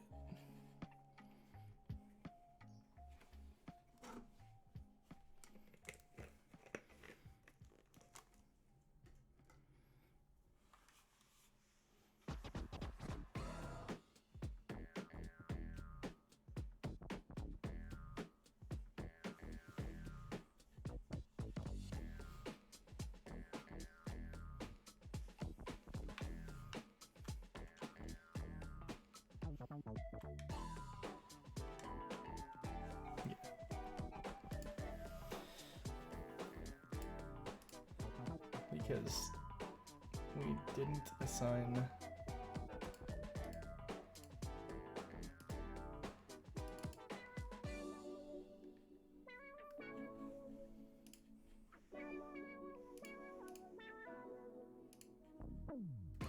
so we'll add player character interacting, and then in here grab that interacting state.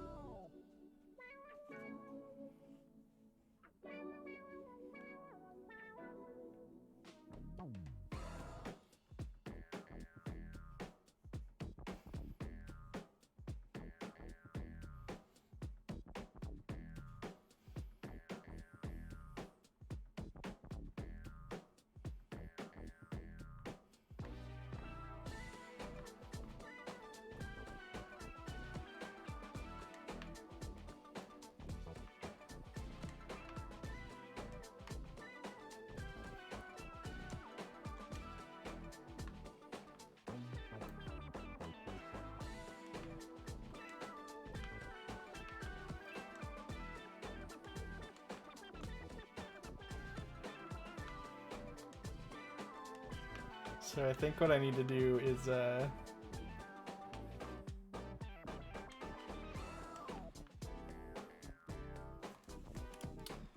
see.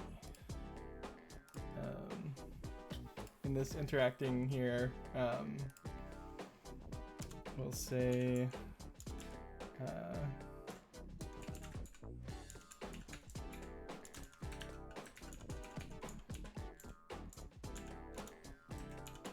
we're just gonna clear out some of the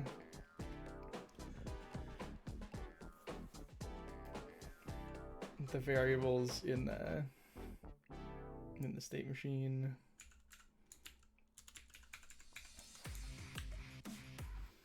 In the animator state machine, I should say.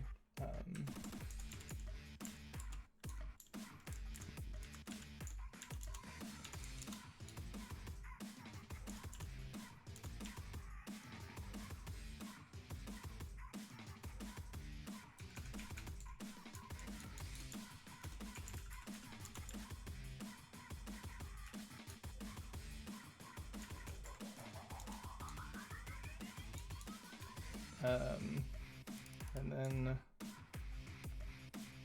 actually we'll cache that.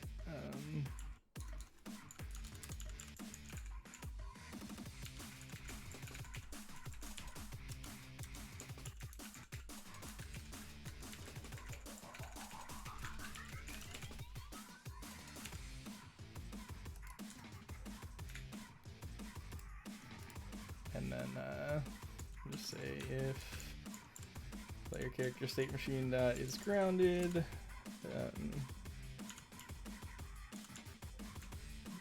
character animator dot set bool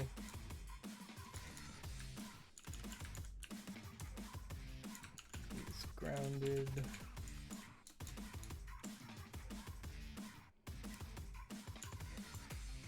True. So that should at least like make sure that the animations stop until we stop interacting.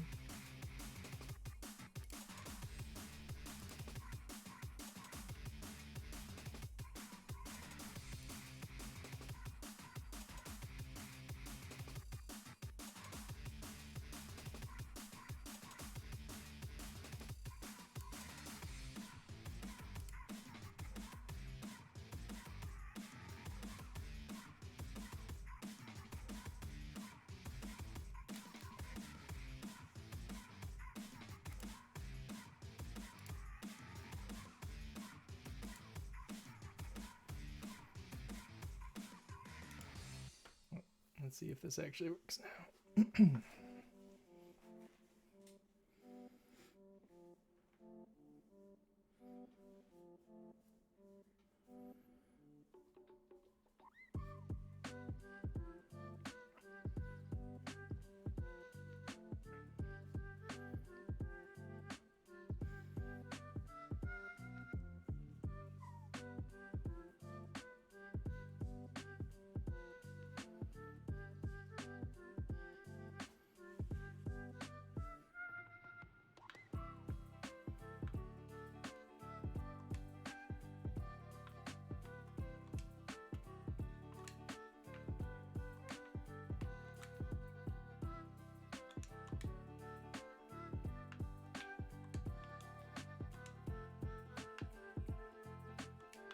So if you interact while you're in the air, you still land.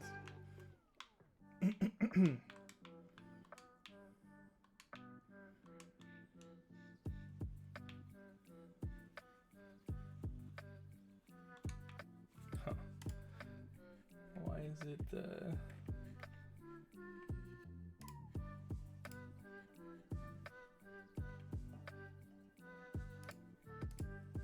Oh yeah, I left it at 3. If I set it to 0, it should stay until it needs to go away.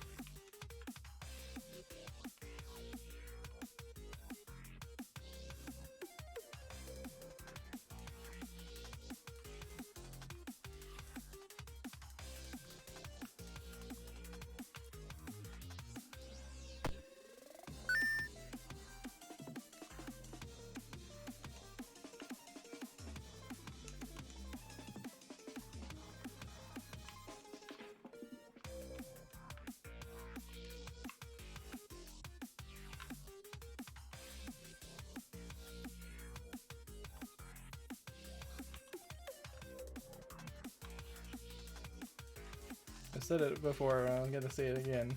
You know you're doing something right when the game that you're working on, you just like to run around in it. Even though there's not a lot to do yet.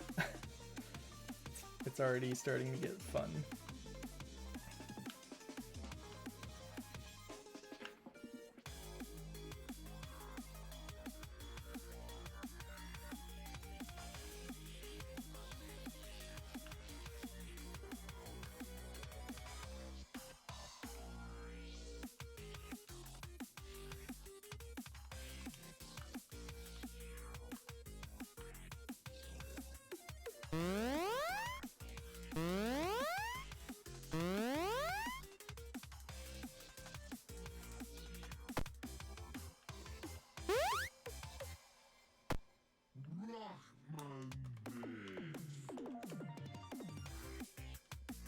Yes, making something that you want to play.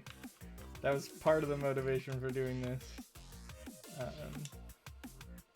You know, I really like Mario. I like 3D Mario. And Odyssey has been out for a long time. And no new content for it or sequel or anything. And I'm like, I don't want to make a fan game because Nintendo doesn't like fan games. I'd rather make my own thing that's inspired by it, using very similar gameplay mechanics, but my own little twist and my own characters and art and everything. I can prove to myself that I can make a game in the style of Mario.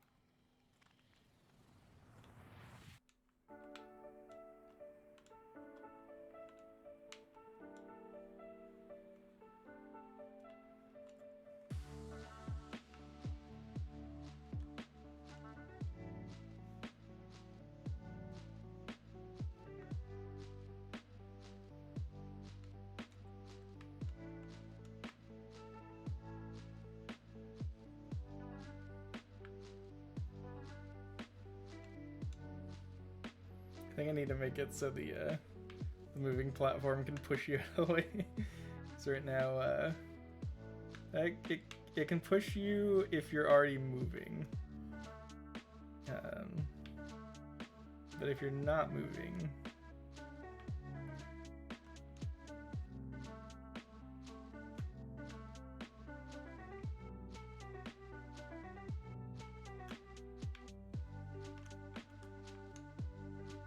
but that's also one of those things where it's like, I can just design around that. I can make it so there aren't moving platforms that are close enough to the ground that you're gonna get clipped by them as they're moving.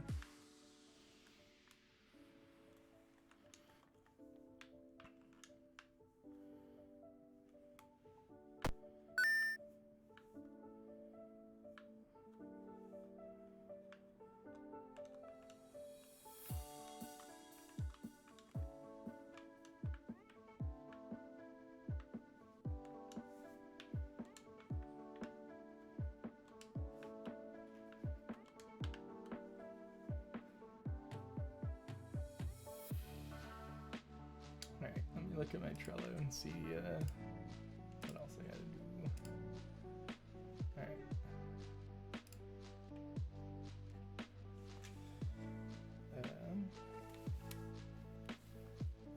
I also want to give the player character a way to do damage. Some sort of attack. But I'm also like pushing up against the boundaries of what's easy to do with Mixamo animations and stylized characters.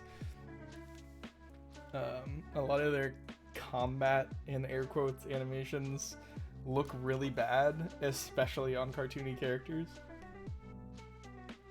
It's just one of those things where like mocap really only works for those kind of animations if you're doing a realistic character. But even with a realistic character, their fight animations are just really slow and like not exaggerated enough. So at some point I'm going to have to, you know, re-rig the character in Blender and make my own animations.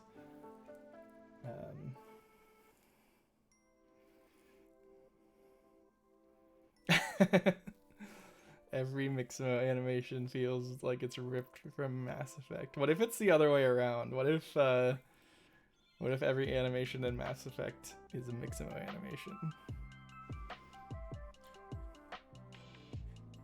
And they just had access. Or it could be one of those things where it's like maybe Mass Effect like used a motion capture library to make the animations for their game, and it just so happened that Mixamo owns that library, and then when they decided to make their animations available to everybody, those animations are everywhere now.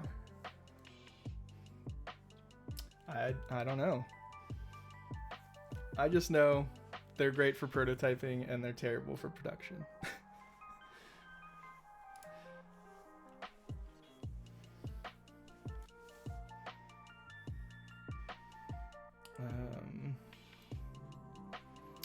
But yeah, let me look at Mixamo and see if there's any.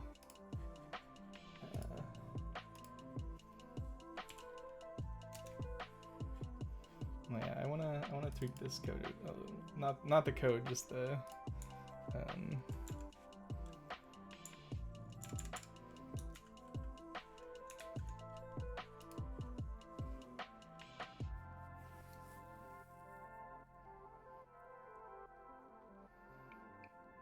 Just the text area. I feel like it's small. But at the same time, I feel like this text area for the text box data should kind of, yeah, they do have a distinct vibe that is, leans more towards, yeah, the realism side. Like, I'm really glad that it exists, because, you know, just getting a basic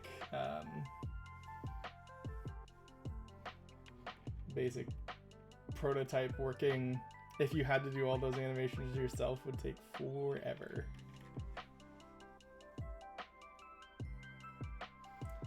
Alright, let's see.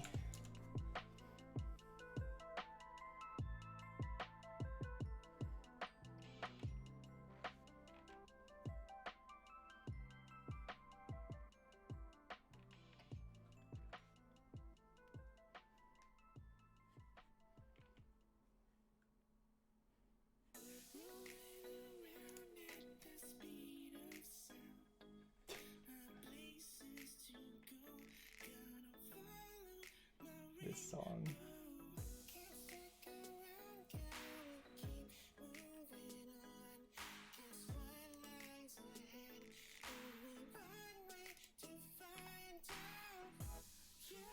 Like there are some things that I want to add to this prototype that yeah, definitely. I also appreciate anything that helps with prototyping. Like all of the Kenny assets are hugely helpful. I do want to put together my own library of prototyping assets.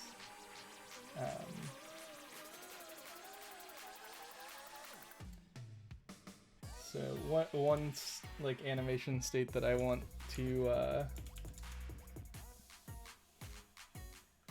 add to the game is like in Mario, if you're doing your long jump or your dive or your roll and you hit a wall, you kind of bonk. Like Mixamo is not going to have anything even remotely close to a bonk.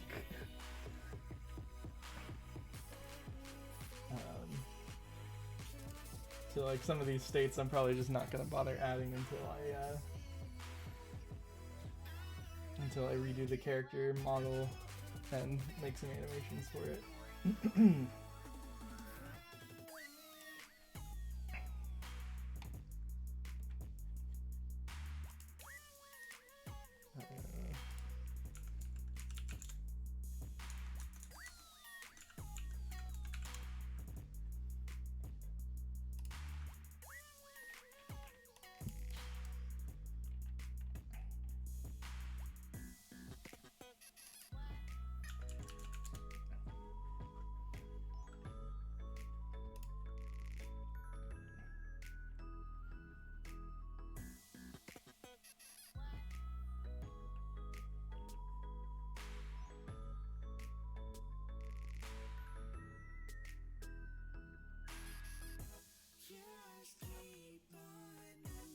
And I'm pretty sure,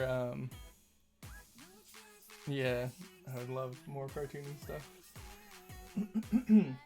I think in Mario they use the same animation for the bonk that they use for, they have like a damage state that you get into when you take damage. You know, you kind of like fall on your butt and then you get up. So like Mario actually has like 5 or 6 seconds of iframes when you get hit in Mario Odyssey before, you know, he can go back to taking damage, because like 3 seconds of that, or 2 or 3 seconds of that, is him falling on his butt and then getting back up. I thought that was interesting. I've been like very analytical about the Mario games lately, just because I'm building something so similar.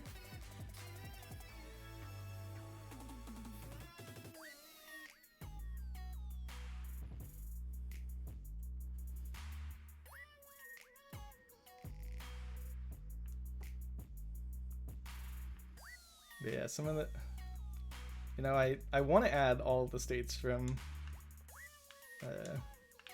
Mario Odyssey minus like the Cappy related ones. So like, you know, I want to have crouching, crouch walking. If you jump while you're crouched, you do a backflip. If you're moving forward while crouched and then jump, you do a dive.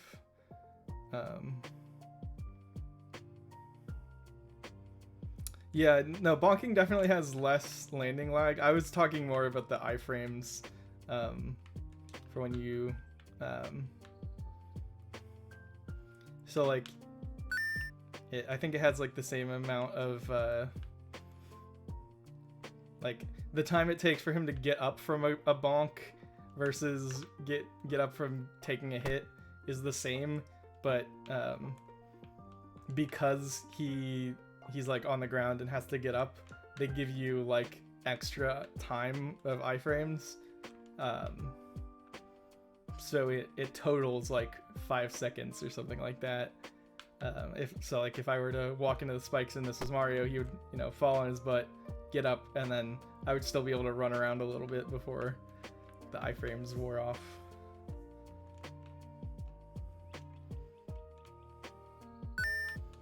And some other states I want to add. I want to add one for if you're running and you turn around quickly, have like a quick turn, and then have the side flip. So if you're in that quick turn state and you jump, you do a side flip. I want to have, if you're moving forward and you crouch and jump, you do the long jump. If you're ground pounding, or basically like anywhere in the falling, if you hit the crouch button and hit the attack button, you do a dive. And then also if you're crouching and you hit the attack button, you roll if you're moving forward fast enough.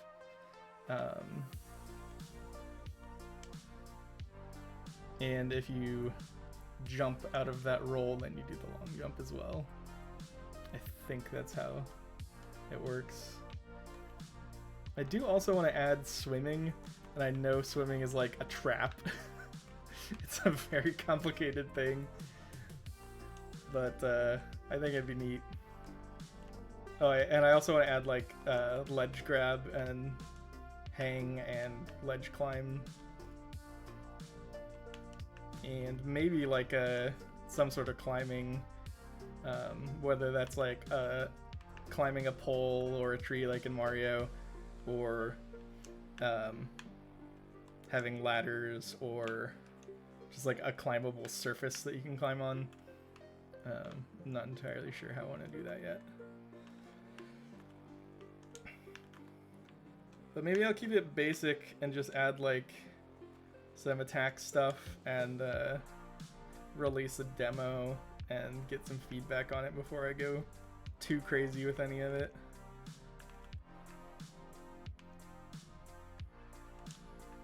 But I definitely want to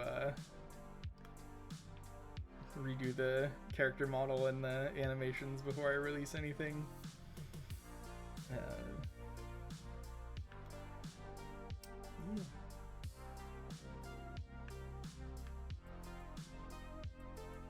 Yep, definitely keep the scope small.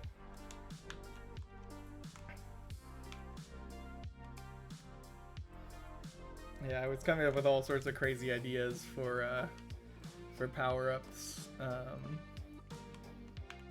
Like I mentioned in an earlier stream, but I want all the power-ups to be like different mushrooms that you wear on your head, and they all do different things. So like one of them's probably just gonna be like basically the fire flower from from Mario, where you get a red mushroom on your hat, and when you hit the attack button, you throw fireballs. Simple enough.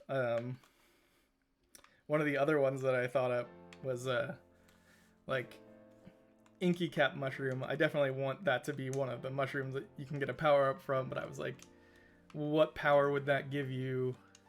And then I was like, well, the coolest thing that an Inky Cap mushroom would be able to give you is basically turning the game into a Splatoon, where you can like, you know, throw down ink and then you can swim in the ink, and then like if you ink the side of a surface, you can climb up it. But the scope is just like crazy with that. Like I would love to do it. I would probably learn a ton in the process of doing that, but I was like, no, I gotta focus on the simpler things first. It would be very cool. I'm just imagining like, you know, a frog just like diving into like goo and swimming around super fast in it and then jumping out, and it'd be very neat. And you know, it would be one of those things that like kind of differentiates it from what it's basically copying. Mario don't do that. He does the opposite in Sunshine, but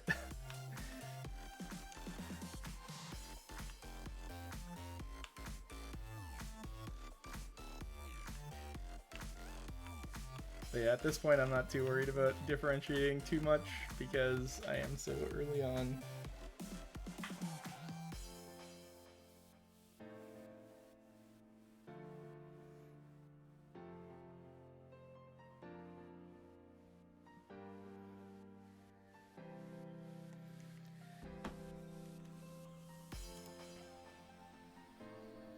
Yeah, exactly. Like, I don't even know if this is gonna turn into something that I want to sell. So, for now, it's just a fun little thing. Let's see.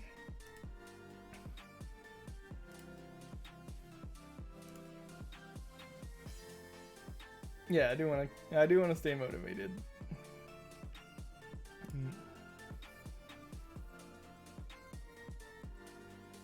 Yeah, I want to do this, like make the jump height variable based on how long you're pressing the button, but I also don't want to, you know? It's one of those things that's annoying to implement. Or it's not necessarily annoying to implement. I did it one way, and in order to do it, I have to kind of rework a bunch of stuff. So maybe that becomes a nice to have for this prototype.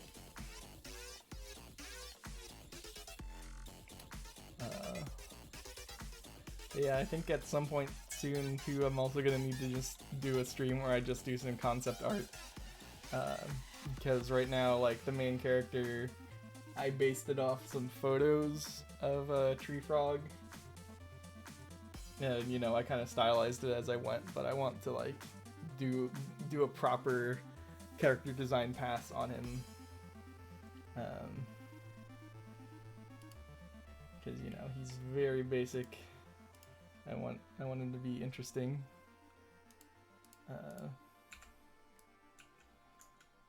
And, you know, full of character and appeal and all that stuff.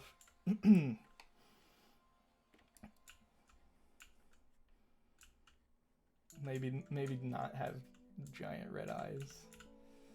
I know the tree frogs have red eyes, but I don't know.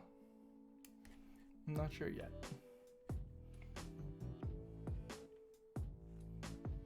But I think I'm gonna wrap up the stream here.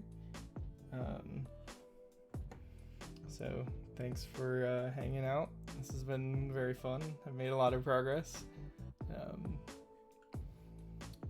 Yeah, I'm Grizzhoot. You can follow me here on Twitch or on YouTube or on Twitter or Instagram.